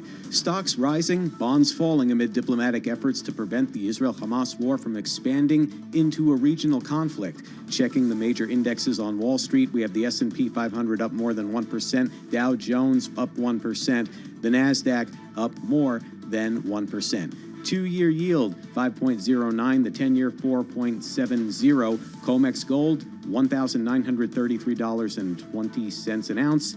NYMEX crude, $87.03 per barrel. That is down more than 0.75%. Some of the biggest U.S. banks are scheduled to report earnings this week. It begins with Bank of America and Goldman Sachs tomorrow, followed by Morgan Stanley on Wednesday. We get more with Bloomberg's Sri Natarajan. Those three also happen to be the three worst performing big bank stocks. Slightly different dynamics. With Bank of America, you'd be looking at what are they saying about the economy? What are they saying about loan losses? Because that's what we heard from JP Morgan and Wells Fargo. Despite improving their NII outlook, JP, Wells, and even Citigroup talked about loan losses increasing on the forward. With Goldman Sachs and Morgan Stanley, however, all the commentary and all the focus will be where are they seeing the rebound in investment banking activity. That's Bloomberg's Sri Natarajan. Over on the bank stocks, we have Bank of America up, also Morgan Stanley, Goldman Sachs. Those are trading higher as well. And that's a Bloomberg Business Flash. You're listening to Bloomberg Sound On with Joe Matthew on Bloomberg Radio. High noon Tuesday. That's when Jim Jordan will force a vote. Reporting coming out of CNN right now, the Republican nominee for House Speaker, the chair of the Judiciary Committee, Jim Jordan's going to force this thing high noon tomorrow, like something out of a Western. Even though he apparently does not have the votes. Or does he? Or will he? Great reporting today from Stephen Dennis, Laura Litfin, Eric Wasson, our Congress team on the terminal. GOP's Jordan picks up critical support for House speakership. It's really anyone's guess where he is in the whip count right now, though, which is something we'll talk to Mick Mulvaney about next hour. Let's reassemble the panel, though. Rick Davis and Jeannie Shanzano join Bloomberg Politics contributors as we consider what's about to happen here. Looks like he got Mike Rogers. That's what Jody says. Rick, is Jim Jordan the next Speaker of the House? You know, I think it's a hard slog for him. You know, he started out this process losing 81 votes to Austin Scott. Who's Austin Scott, right? I mean, you know, and he's been trying to peel it back since then. And some through cajoling and deal making, but also some through threats and a little bit of extortion from Fox News host Sean Hannity. This has been a very divisive race. And so I don't think he's there. Everything I've heard is he's still 20, 30 votes short, maybe 40. That is a long way from being speaker. Yeah, what do you make of Sean Hannity? I believe it was one of his producers sending letters to those who are on the fence, Jeannie, to find out why they may not support Jim Jordan. It's a pretty interesting tactic from a Fox News host. It absolutely is. And, you know, this is the reality, is that we've always said, we said it last week, the faster Jim Jordan gets this on the floor, what they want to do is try to really arm twist folks into making a public vote with the threat that their constituents will be so upset if they don't go in the direction of somebody who's supported by Donald Trump and by social conservatives and by Fox News hosts, that they will then primary them. And that is what we're really hearing. It's obviously a stick that they can use. And, you know, so we'll see if that is successful. Another big get looks to be Ann Wagner. She was firmly opposed. Now some reporting says she is in Jim Jordan's camp now. So that is a big get for him as well. We keep hearing, to Rick's point, you know, between maybe a dozen to 20, maybe more or less, are still strongly opposed, but it was 55 on Friday when they left for the weekend. So he's got a long way to go. And, you know, I think the question we all have to ask ourselves is this a party at this point that really, really wants to govern, or are they more comfortable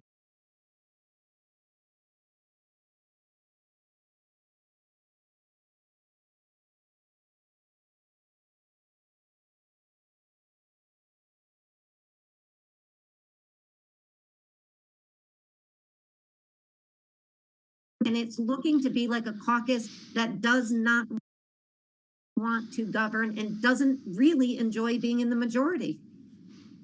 I'm really taken by this letter or this email from Sean Hannity's producer here. Rick, you mentioned it. Axios got their hands on this. Stephanie from Hannity's show, Fox News, it says, sources tell Hannity Representative fill in the blank is not supporting Jim Jordan for Speaker. Can you please let me know if this is accurate?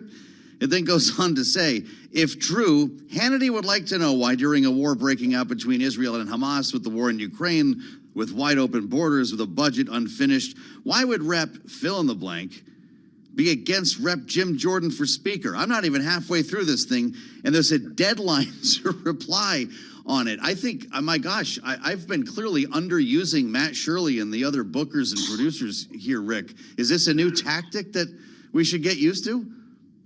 Yeah, Joe, you should be lobbying for the next Speaker of the House. You should pick a couple of bills you like and start warning these guys that there'll be a wrath from the Bloomberg radio show Sound On if they don't pull their weight.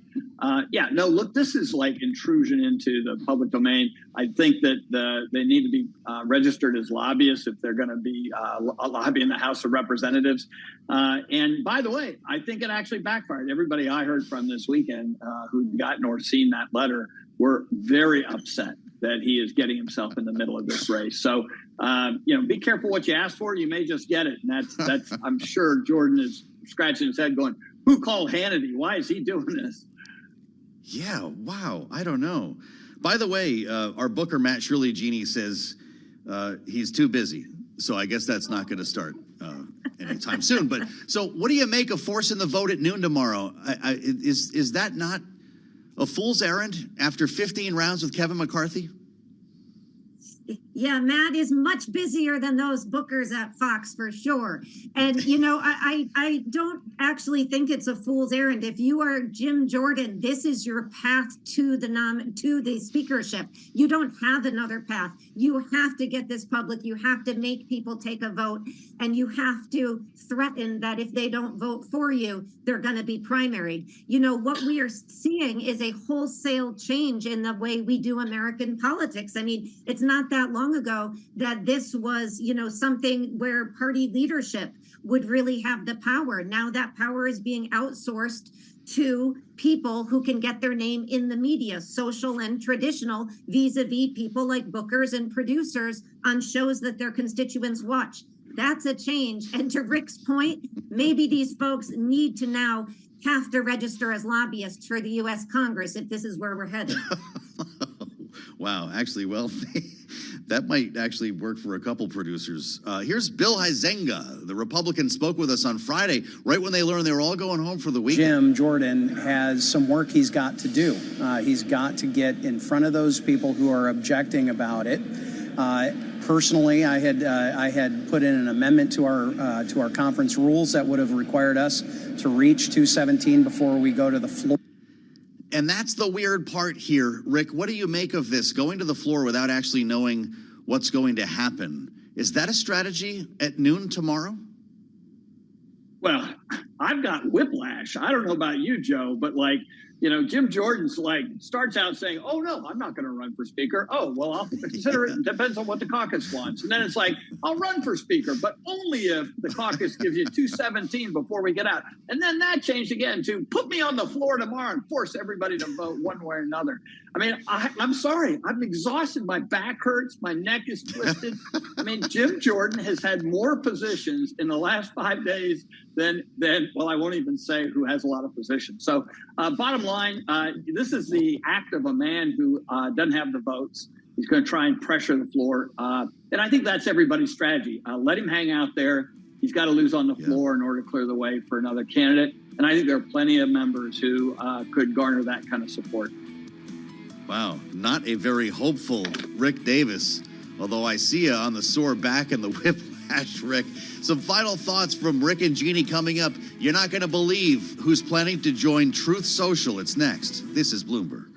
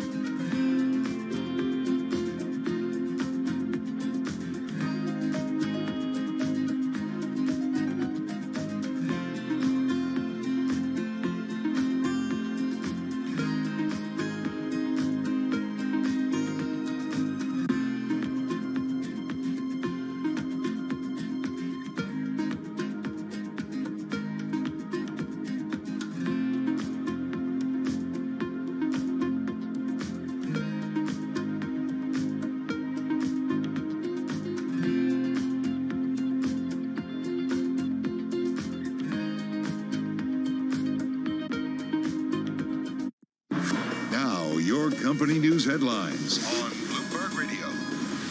From Bloomberg World Headquarters, I'm Steve Rappaport. Rite Aid files for Chapter 11 bankruptcy protection. More on that from Bloomberg's Lisa Mateo. Rite Aid filed for bankruptcy in an effort to close unprofitable stores, address lawsuits over its role in the opioid crisis, and rework a debt load of roughly $4 billion. Rite Aid started out as a single store more than 60 years ago and grew to a pharmacy giant, employing 45,000 people across more than 2,000 locations. In 2015, it entered the pharmacy benefit manager business, serving as a middleman between insurers and patients that helps process prescriptions. Rite Aid plans to sell that business, called Elixir, in bankruptcy. Steve? Thanks, Lisa. Ford calls on the United Auto Workers Union to end its strike. Bloomberg's Joan Doniger reports. Steve, Executive Chair Bill Ford says it's time for both parties to come together to bring an end to what he calls this acrimonious round of talks. The union began its walkout on September 15th after a 4-year contract expired, targeting plants run by Ford, General Motors, and Stellantis. UAW President Shawn Fain called a surprise strike last week at Ford's truck plant in Kentucky.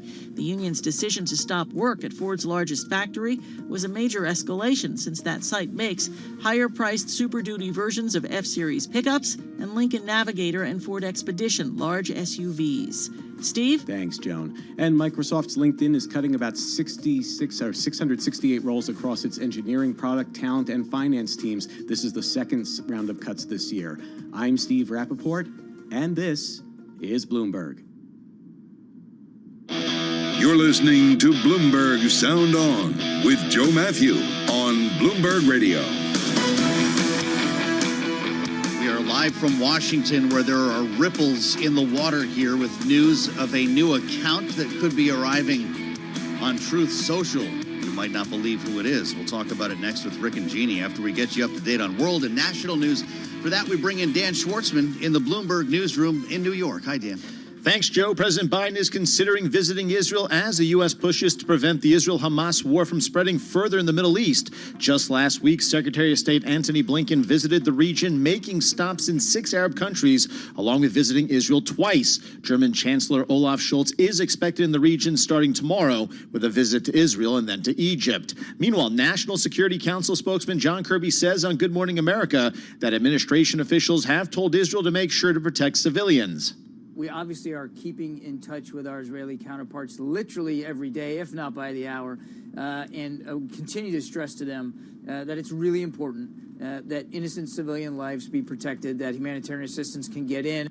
That's National Security Council spokesman John Kirby. Tensions remaining high on the Lebanese border with Israel as Hezbollah says its snipers had destroyed surveillance cameras placed on 5 points along the border. The two sides have traded fire over the past week, resulting in the death of at least 7 people, including an Israeli soldier killed earlier today by anti-tank fire. Israel also says people living in the 28 villages within 2 kilometers of the border will now be evacuated. Russia's Foreign Minister Sergei Lavrov will be visiting North Korea this week, on the heels of a U.S. report stating that the North had delivered military equipment as well as munitions to Russia to support its war in Ukraine. The White House announced on Friday that over 1,000 containers have so far been sent to Russia from Pyongyang. Lavrov will be in the country on Wednesday and Thursday, just 1 month after leader Kim Jong-un visited Russia to meet with Vladimir Putin. Global news 24 hours a day, powered by more than 2,700 journalists and analysts in over 120 countries. I'm Dan Schwartzman, and this is Bloomberg. Joe, back to you. All right, Dan, I appreciate it. The first post is expected to publish later today. Remarkable story unfolding here. The newest account on Truth Social. You might not believe it. As we reassemble our panel for some final thoughts Jeannie Shanzano and Rick Davis. Breaking news here, Jeannie. I'm starting with you on this because you're the first who went on Truth Social, I believe, on this program. And we rely on your login. We use it regularly to keep tabs on Donald Trump. But ladies and gentlemen, the next account to emerge on the truth is Joe Biden, the Biden campaign. The handle will be Biden HQ, according to Fox Digital. A Biden campaign spokesperson says there's very little truth happening on Truth Social, Jeannie, but now at least it'll be a little fun. Good move?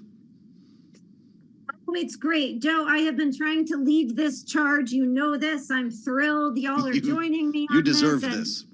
And, you know, I want to know what you and Rick think the first post is going to be. I think it should be something about, what is it, Dark Brandon? I always get it wrong. But Brandon, I think it should be Brandon related, but we'll see. Yeah.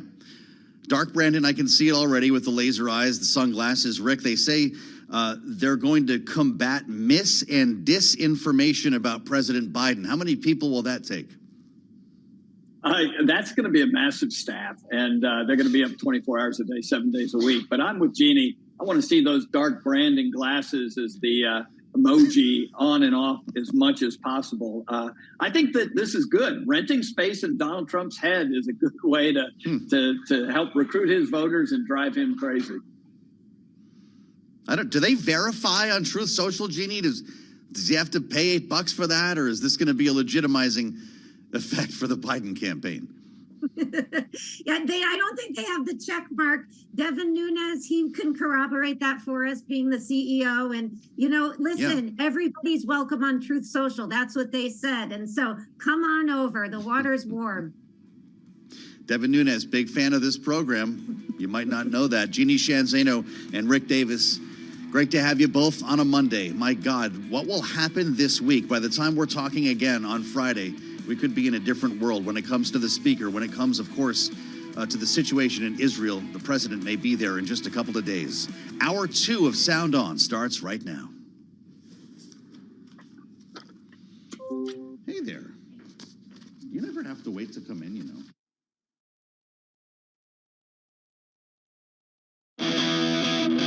Now, from our nation's capital, this is Bloomberg Sound On.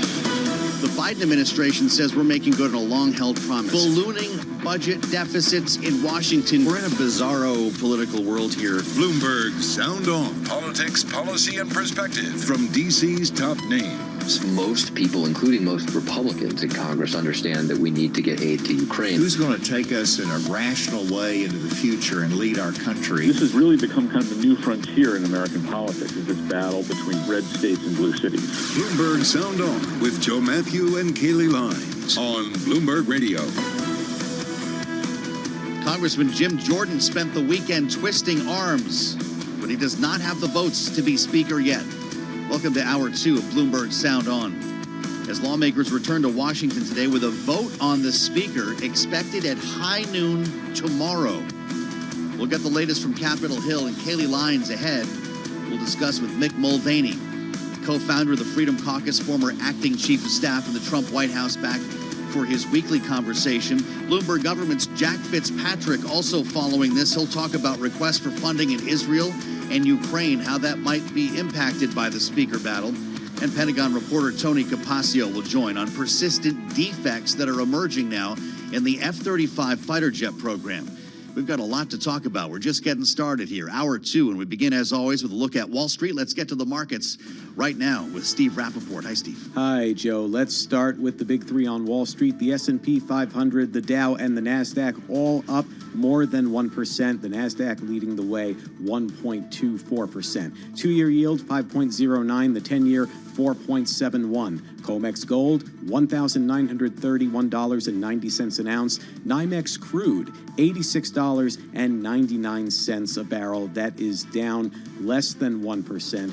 There was a big surge on Friday with regard to oil in light of concerns that the war between Israel and Hamas could spread further in the region. Bloomberg Economics estimates oil could hit $150 a barrel if that happens. Energy Aspects co-founder and director Amrita Sen says a price hike is all but certain in that scenario.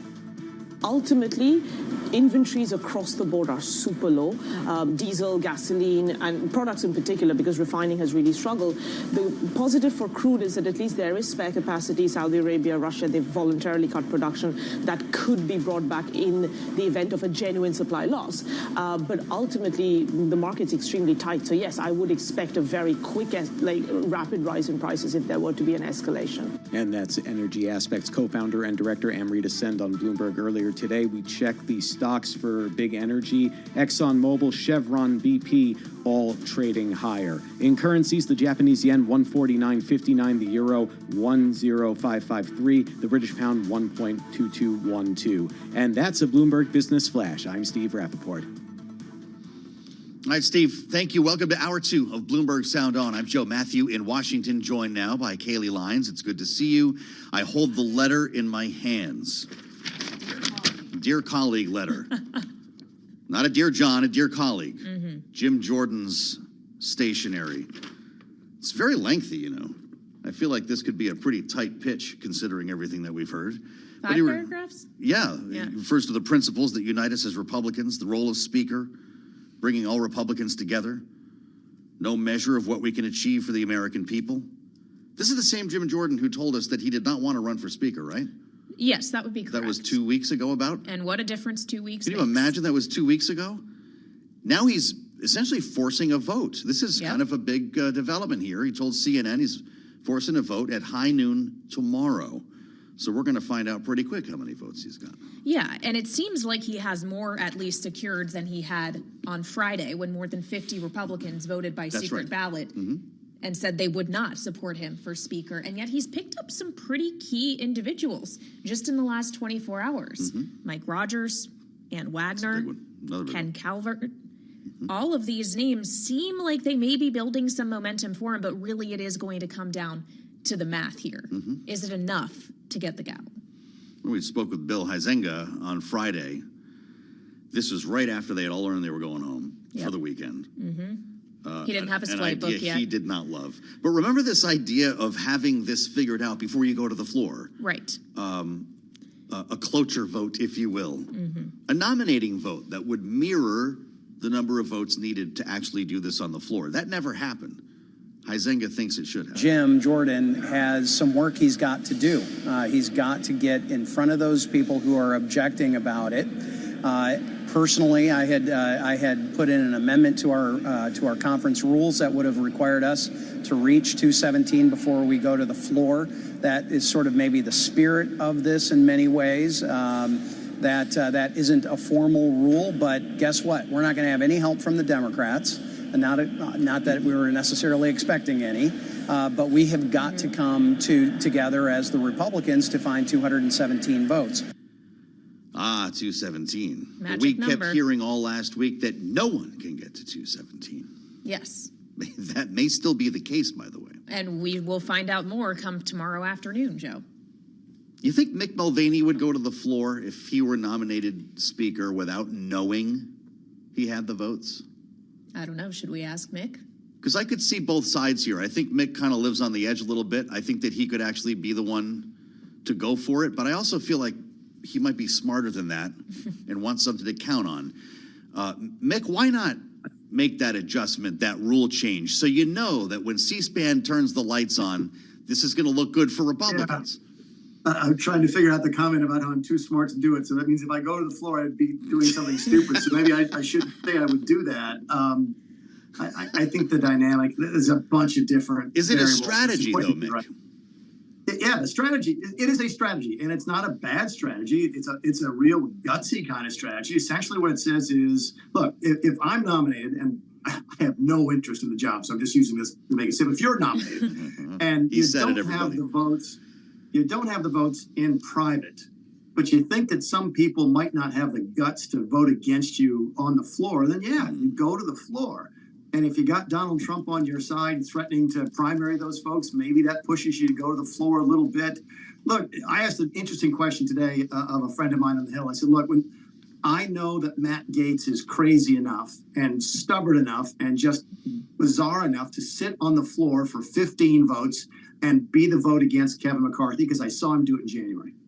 is Don Bacon the same kind of person? Does Don Bacon have that same sort of different, strange gear to where he would be willing to sit on the floor for 15 votes and vote against Jim Jordan? I don't think that he is. He's a lot nicer and a lot more reasonable, probably a lot brighter than Matt Gaetz. But I don't think he's got that kind of that bizarre approach to, burn the place down or else. Don is a reasonable guy. And Jim may be counting on those folks who are reasonable to say, I won't vote for you in private, but taking them, sort of calling them out and seeing if they got the votes, the guts to vote against him on the floor. If there's a strategy, that's the strategy. Okay, so that's the strategy. It's just is whether or not it's one that's going to work, Mick. Do you think Jim Jordan can pull this off ultimately?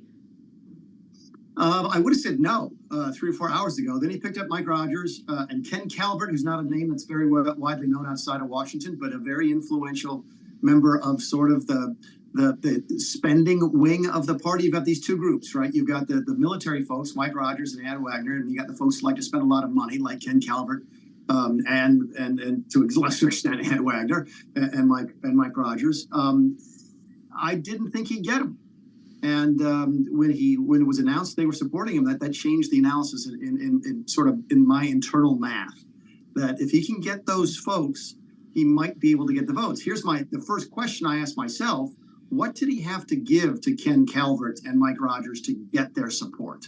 And is that the type of giveaway that then turns off some of the folks on the far right, for whom Jim is not nearly conservative enough? I'm going back to the Matt Gaetz anarchist wing of the party. So I honestly, no one knows. And it's just different than it was 3 or 4 hours ago. 3 or 4 hours ago, I said he does not have the votes, not going to get the votes. It looks like he might have made some progress here and might be moving in the direction of getting 217. Jim Jordan better than just about anyone, I would say. Mick, you founded the Freedom Caucus with him. You certainly know him as a lawmaker. You know him as an individual. There have been some tough questions about his past over the past couple of days. They were all aired out on Sunday morning television. He's accused of covering up sexual assault allegations when he was a wrestling coach. Liz Cheney says he was the closest thing to January 6th, the conspiracy on January 6th that you could get in a lawmaker on Capitol Hill, and should not be trusted with this job. How do you react to those? There's a couple different questions there. Liz Cheney, no one cares what Liz Cheney says. I hate to be that blunt about it, but no one listens to her. She was a 3 or 4 term member of the House, and she's out now. So if her last name wasn't Cheney, nobody would be talking about her. On the other issues, I know Jim fairly well, and nothing that I ever heard the allegations related to the things that happened at that school 20, 30 years ago have anything to do, in my mind, with the Jim Jordan that I know. And I also know this, is that politicians of both parties know that it's really easy to make allegations against sitting members of Congress. And we usually don't pay attention to those sorts of allegations because people make them all the time until they rise to the level of criminal investigations, ethics charges, that kind of stuff. And I don't think that ever happened with Jim. So all I know is I know him. I remember this topic coming up, 5 years ago, and immediately dismissing it in my own mind. And I think it went away fairly quickly. So I'm not concerned there's anything there. And if Jim Jordan wasn't being considered for speaker, my guess is nobody else would care about it either. Okay, so that's on that subject. But Mick, returning to the subject of January 6th, this isn't something that only Liz Cheney talks about. You yourself have been very outspoken against your former boss, former President Donald Trump, because of the events on January 6th. And if Jim Jordan was close to that, if he was one of those denying the results of the 2020 election and trying to stop that process, why would you feel any differently about him? Well, I don't feel differently about him. When you go back to, you're right about the January 6th thing, right? And if that's what Jim's leadership becomes, if Jim is down there trying to pitch people on, elect me speaker, and I'm really going to